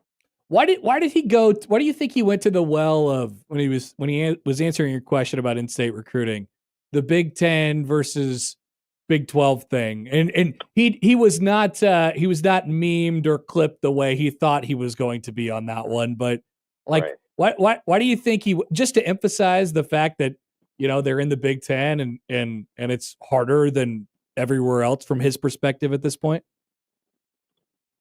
Yeah, I think obviously he wasn't mentioning a specific Big 10, Big 12 school, but Iowa State has 6 commits from the state of Nebraska. Right.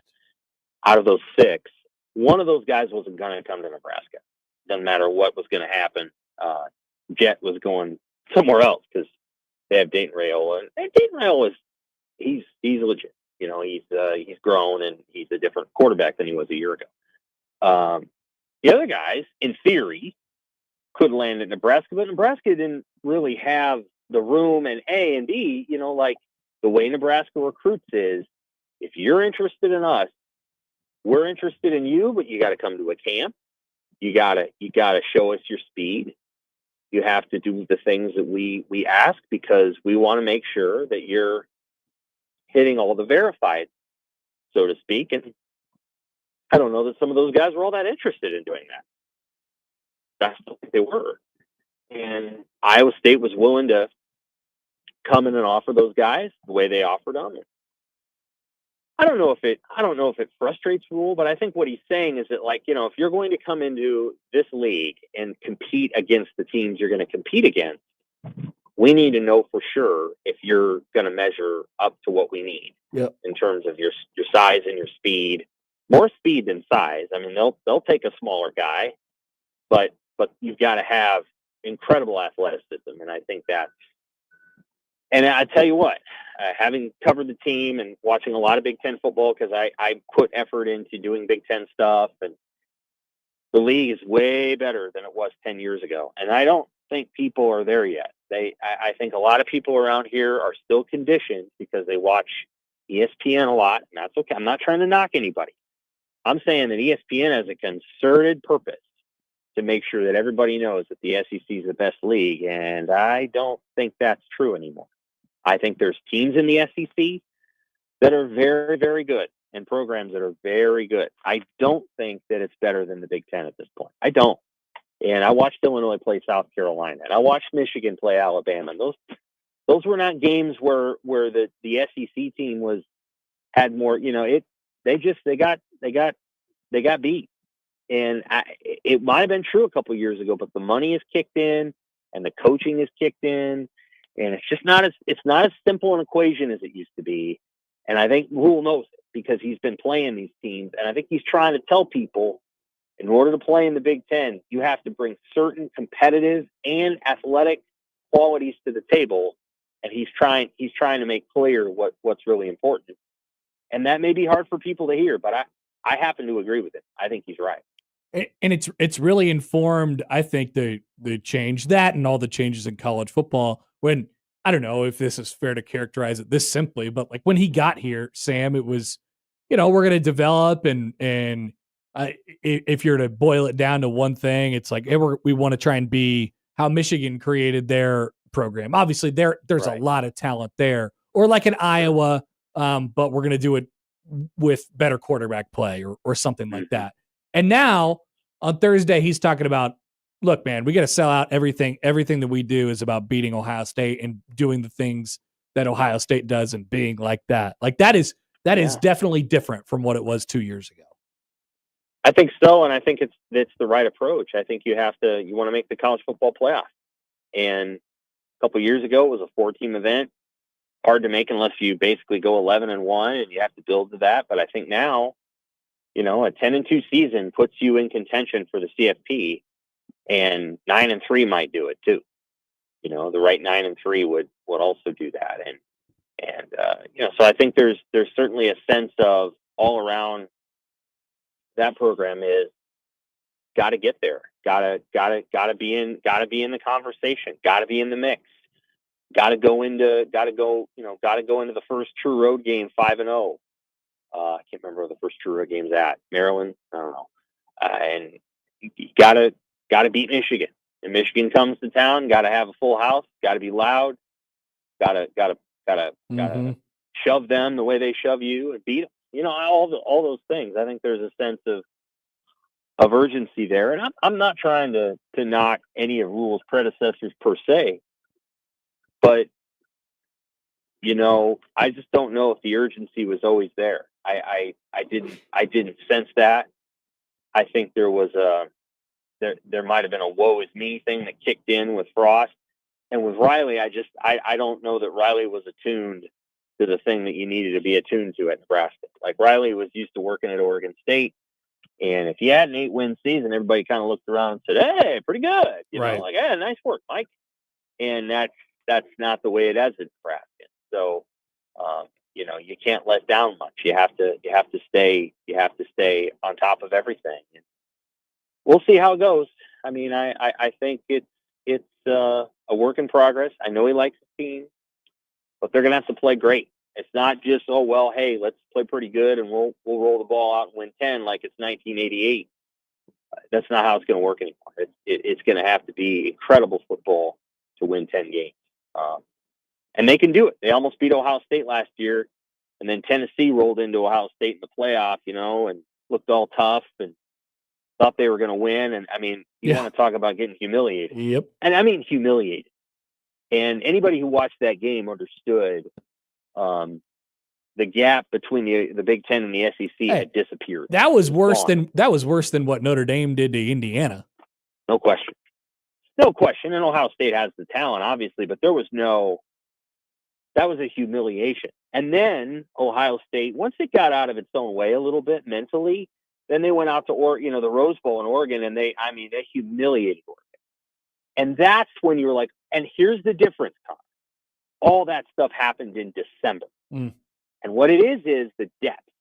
And like Tennessee was worn down. They didn't have a month and a half to recuperate.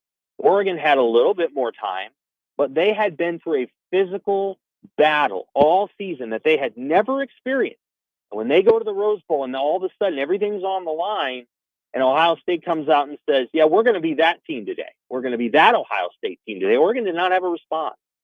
And the physicality with which the Big Ten plays will now take more of a toll in the playoff era because they're not going to get a month and a half off to recuperate. They're going to have to go back and play 2 weeks later. And that's where you saw the difference. Not with Indiana, but you saw it with Ohio State and Tennessee. Tennessee was not physically prepared to play that kind of football game. And to be very candid, I don't think most SEC teams are. I think maybe Georgia is. I don't know that a lot of the other programs down there, maybe Florida. I like that coach, even though he hasn't won yet a lot. But I don't think a lot of the teams down there are physically prepared for what it's going to take to win a playoff, a 4-game, series of games. And I think the Big Ten has an advantage there. It'll be worth watching. Sam, by the way, the first true road game is October 11th at Maryland, as you mentioned. Yeah, so they have 5 games before that. That team might be down.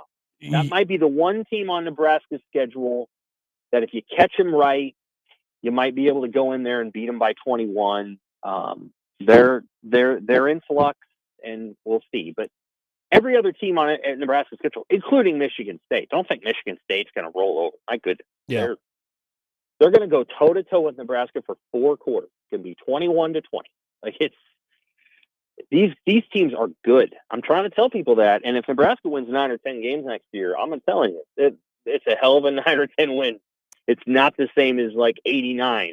It's going to be tough. Well, and the week after they play Maryland, they go on the road to Minnesota, who you wrote about. I always appreciate your kind of, regional checkups, Iowa, Minnesota, throwing them in there, Wisconsin. What do you think about those guys as you sort of dove into them to start the year? Minnesota is a 7-8 win team. They have struggled to get beyond that, in part because their quarterback play has been average. I think they had 67 touchdowns and 40 interceptions over the last 4 or 5 years. Nebraska's numbers are worse, but Nebraska's quarterback play hasn't been very good. I think that's an area where Minnesota feels like it's got to get better. Wisconsin, I don't know. I mean, I think Luke Fickell's just about had it with everybody up there. And I think he's trying really hard to flip that thing. And he brought John Gruden in this spring and had him bark at everybody for a day. And they're trying. I think what you're seeing in Wisconsin is the same thing you saw when it went Solich to Callahan. They let go of Chris too soon. And the guy they brought in is not a bad coach, but he's had a hard time, I think, reaching the players. And as a result, they're just sort of treading water. Iowa, I haven't looked into that much, but Iowa's Iowa.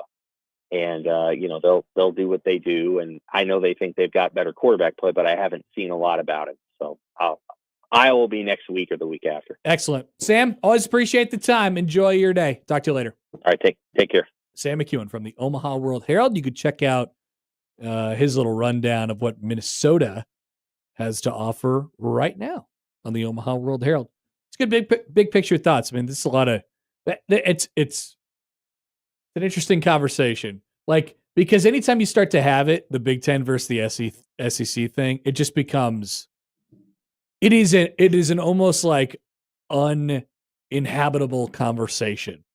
Because you have the SEC people in one corner and they're just like, how could you possibly be watching the football games and think this?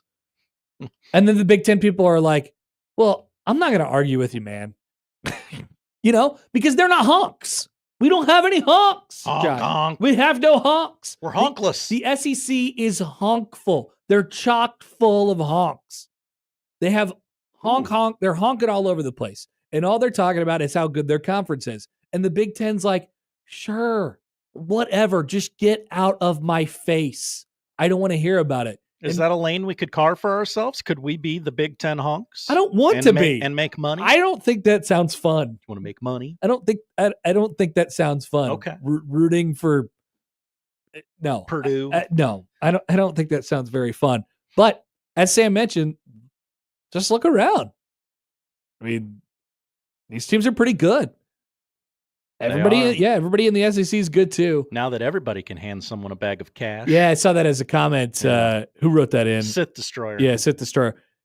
It is certainly an odd coincidence that when everyone all of a sudden is allowed to pay players over the table, the SEC falls off. Surely there's nothing to that. Surely. Seems like a coincidence. Yeah. I'd just find the next thing. All right, we'll take a break. I'm sorry to RDJ fan earlier. I teased that we were going to talk about college baseball, and then I let Josh talk about Wrestlemania for a couple minutes. Sorry, I forgot about the Wrestlemania thing. We were going to do it there. So let's do the college baseball now. I promise. You have my word. Whoa. Next on 1620 The Zone.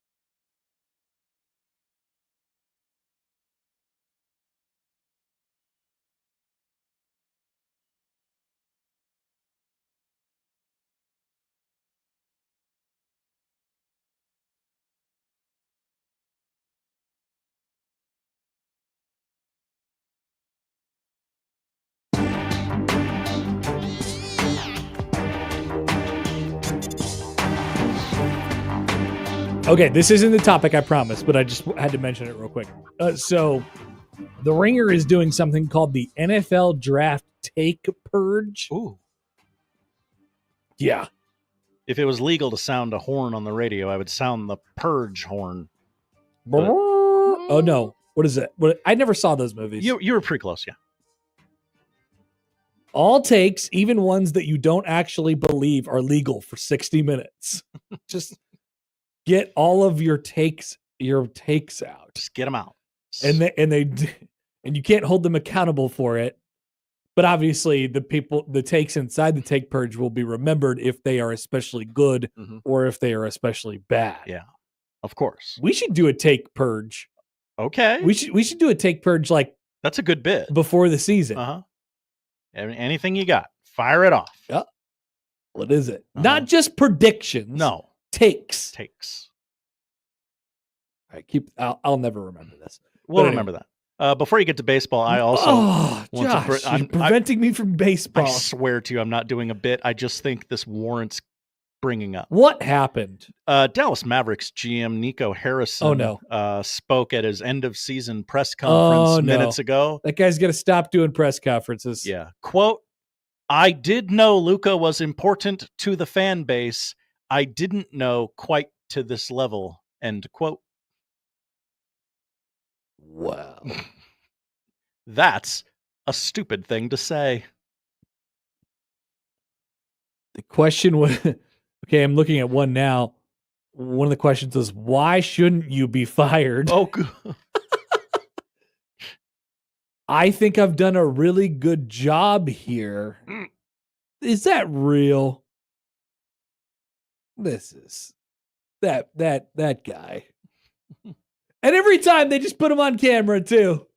They just put him on camera during the games. That's why that one time he was like, "Hey, I'll talk, but no cameras, no mics." Platcat on the topic of take purge. Hi, Platcat. Says we saved that for 15 to 20 minutes on Wednesdays at noon. There you go. I guess it really is just I have an opinion after all. All right, college baseball. One more thing. No. Since Creighton swept this weekend, they get to go first. That's right. You win 3 games, you get to go first. Simple. This is the college baseball segment. You get to go first if you win all of your games. So once again, I Bernie Sanders asking to play a normal series. Please. That would be great. Please. Yeah. Play a normal series. It was mostly a normal series, except for the fact that the game ended prematurely on Thursday night, and it was on Thursday night to start with because of the Easter holiday. There you go. And then the game ended on Thursday night early because of the storms, and then we had to play the rest of that game at 3, and then we just started the other game after that, which was originally supposed to start at 6. They were able to win all 3 games, 12-8, 4-3, 4-3, got some big hitting, got some kind of surprise innings out of some pitchers as well. And now all of a sudden, after it, I don't know what the chemistry is with the whole Creighton, Nebraska thing, but something, it has an effect. Creighton hasn't lost to Nebraska before last Tuesday for 2 years, almost 2 entire calendar years. You know what Creighton also hadn't done in 2 almost entire calendar years?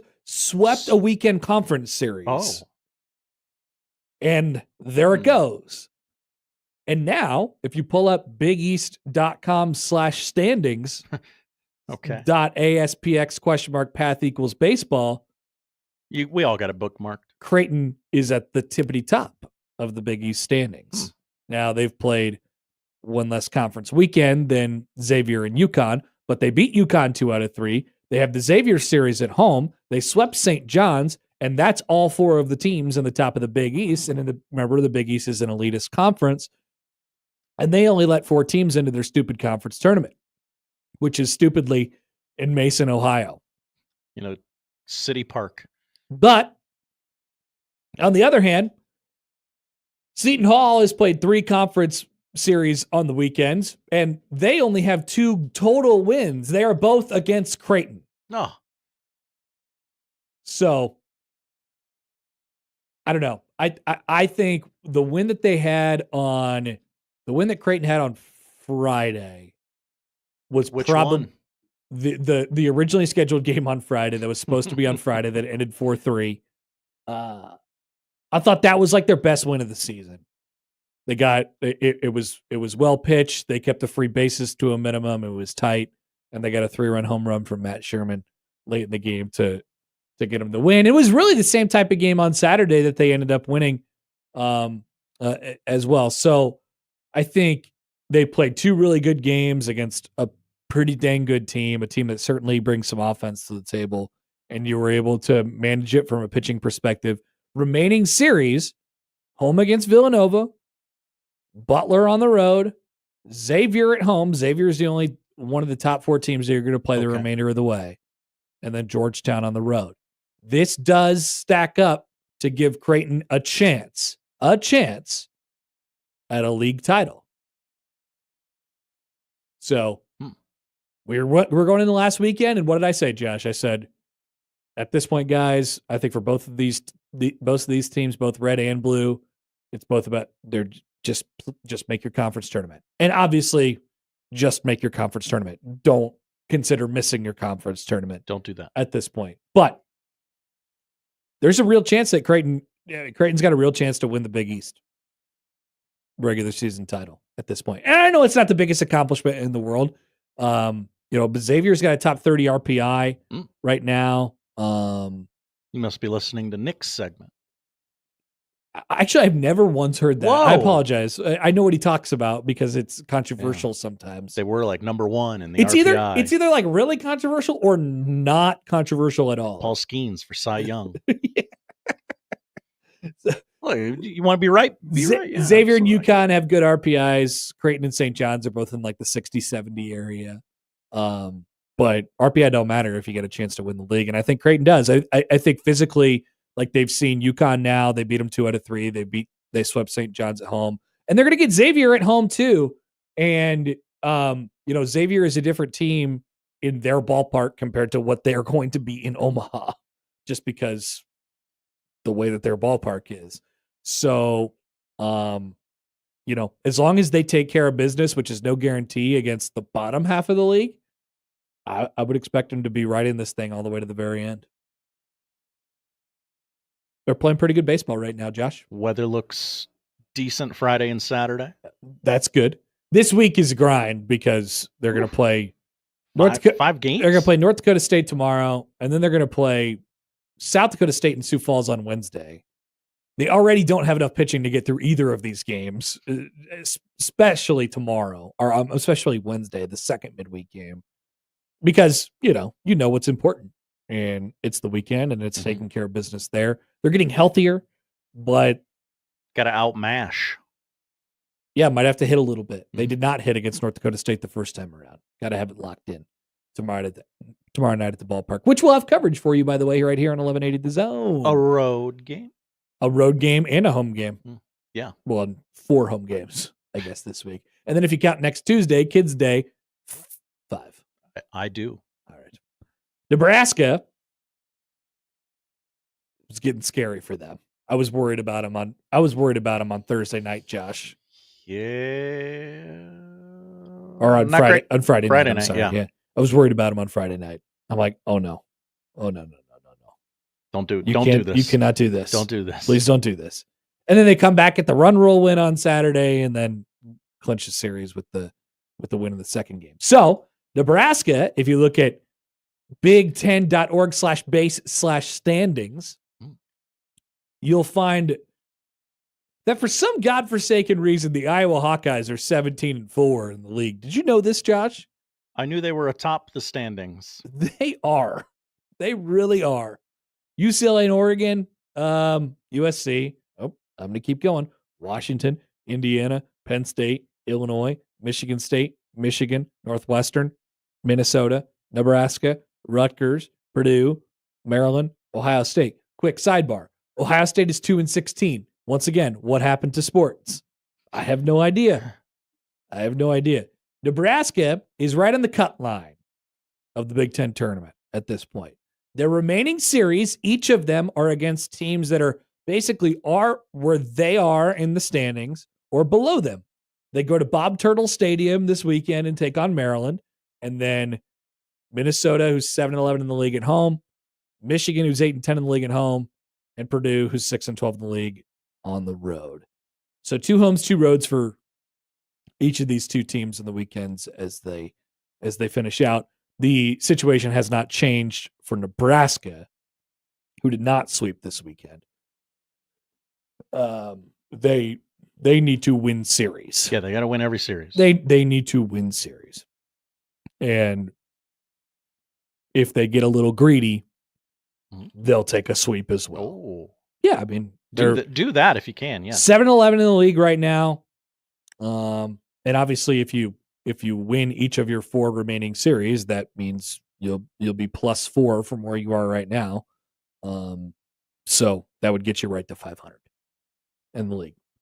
Does that sound glamorous? No. But it might have to do this year. It might have to do, Josh. Offense is coming around a little bit for them. Yeah. Get on a run. Yeah, it's coming around a little bit, but I don't know. I don't see enough. I don't see enough gap between them and like. I mean, I don't see enough gap between them and anybody outside of like the West Coast teams from a talent perspective. I think you're in the Big Ten right now. After you get past the West Coast teams, starting with like Indiana at 12-9, and you go all the way down to Maryland at 5-13. All those teams are exactly the same. And Nebraska plays all of them inside that range of the Final Four weekends. So, just about winning series at this point. Getting yourself to the Big Ten baseball tournament. Getting to Omaha, Josh. That's the goal. To pool play. Love a pool. Pool play. Who doesn't love a pool? I love pool play. I love pools. They won't have any pools at the Chuck Box in late May. I don't think. That would be a wonderful addition. You want to get some fans in the stands? Put a pool in the outfield. Actually be pretty great. Yeah. Last year there was just a big eagle sitting on. Do you remember this? I do know. I was at the Big Ten baseball tournament last year, and there was a giant hawk or eagle that had landed right above the right field bullpen, and I went out there and I took a picture of it. It was pretty cool. We all just watched the baseball game with a hawk or an eagle, whatever it was. I don't know the difference. Baseball. I'm not hawk, an animal guy. Eagle, America. Chance writes in. A chance. Missed the conference tournament? What is this? Nebraska ball? Maybe. Do we need to play the song again? No. And there is no crown for baseball. Thank God. Do you know how many walks would be in the crown of baseball? It would be the worst thing ever. 4.5 hour game times. It'd be worse than that guy trading Luka to the Lakers for nothing. All right. We're back with the polls. We'll tell you what to watch after this on 1620 The Zone. You made me do this. This is on you, producer Josh. The Connor Happer Show on 1620 The Zone.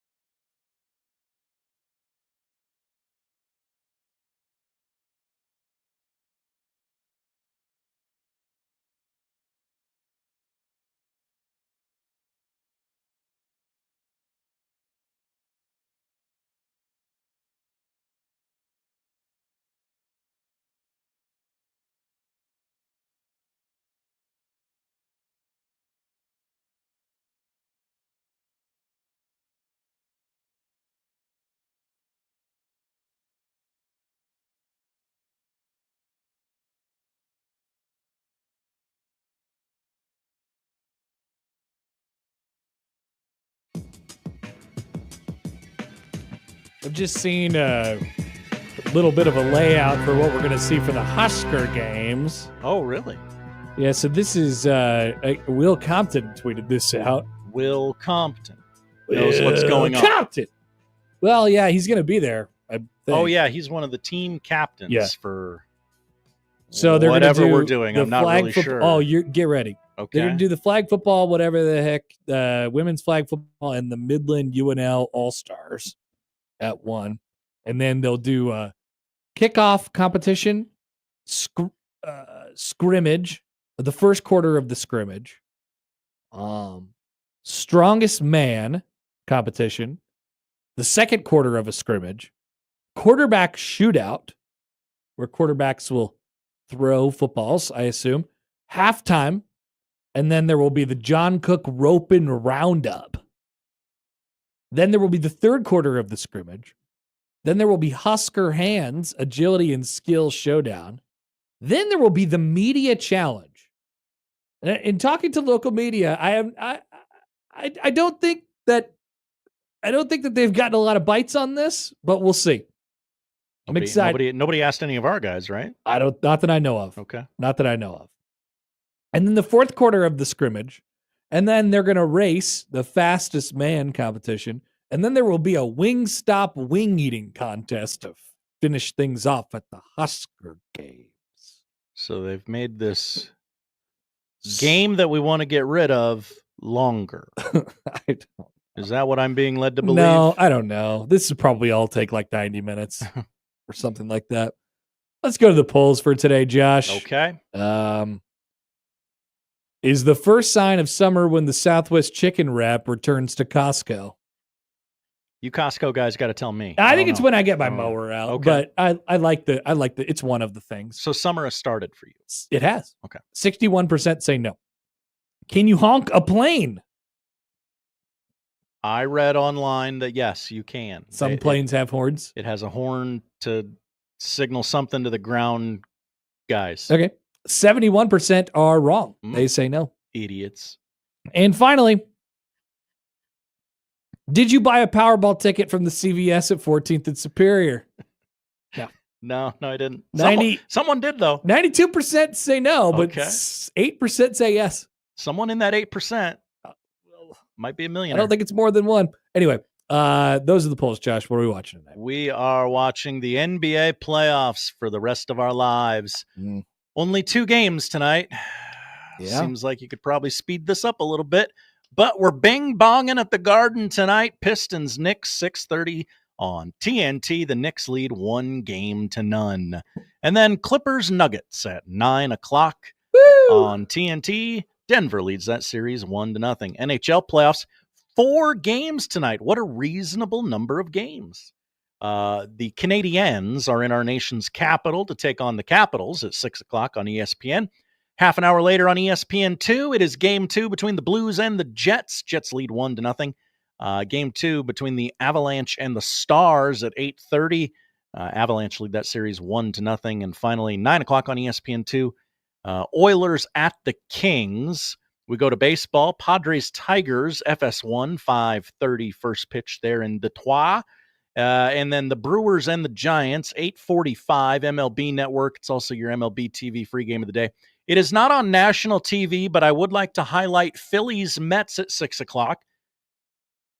Because Nick Castellanos is plus 500 to hit a home run. No. It's not that much anymore. I looked it up while you were talking to Sam, I believe. Really? Yeah. Oh, I thought somebody said earlier in the chat that it was in the 300s. That would make more sense here, as it is Patriots Day and the Pope passed away earlier today. I mean, that's the main thing. Yeah. The Pope died. Yeah.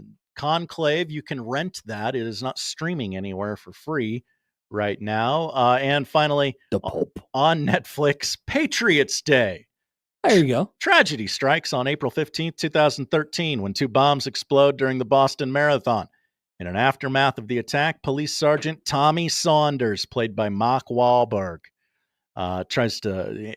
competes in a race against the clock to hunt down the suspects and bring them to justice. Manhunt time. That's right. Yep, Nick Castellanos plus 500 to hit a home run. That's a good deal. Still at this very moment, this is live. I would take that deal. I don't know. He probably will. I won't be able to live with myself if he hits a home run and I don't bet it right at this point. So I guess you got to do it. Josh, thanks. Thank you, Connor. So we're watching tonight. That's the show. If you missed anything, 1620thezone.com is where you can find it. The crossover is coming up next.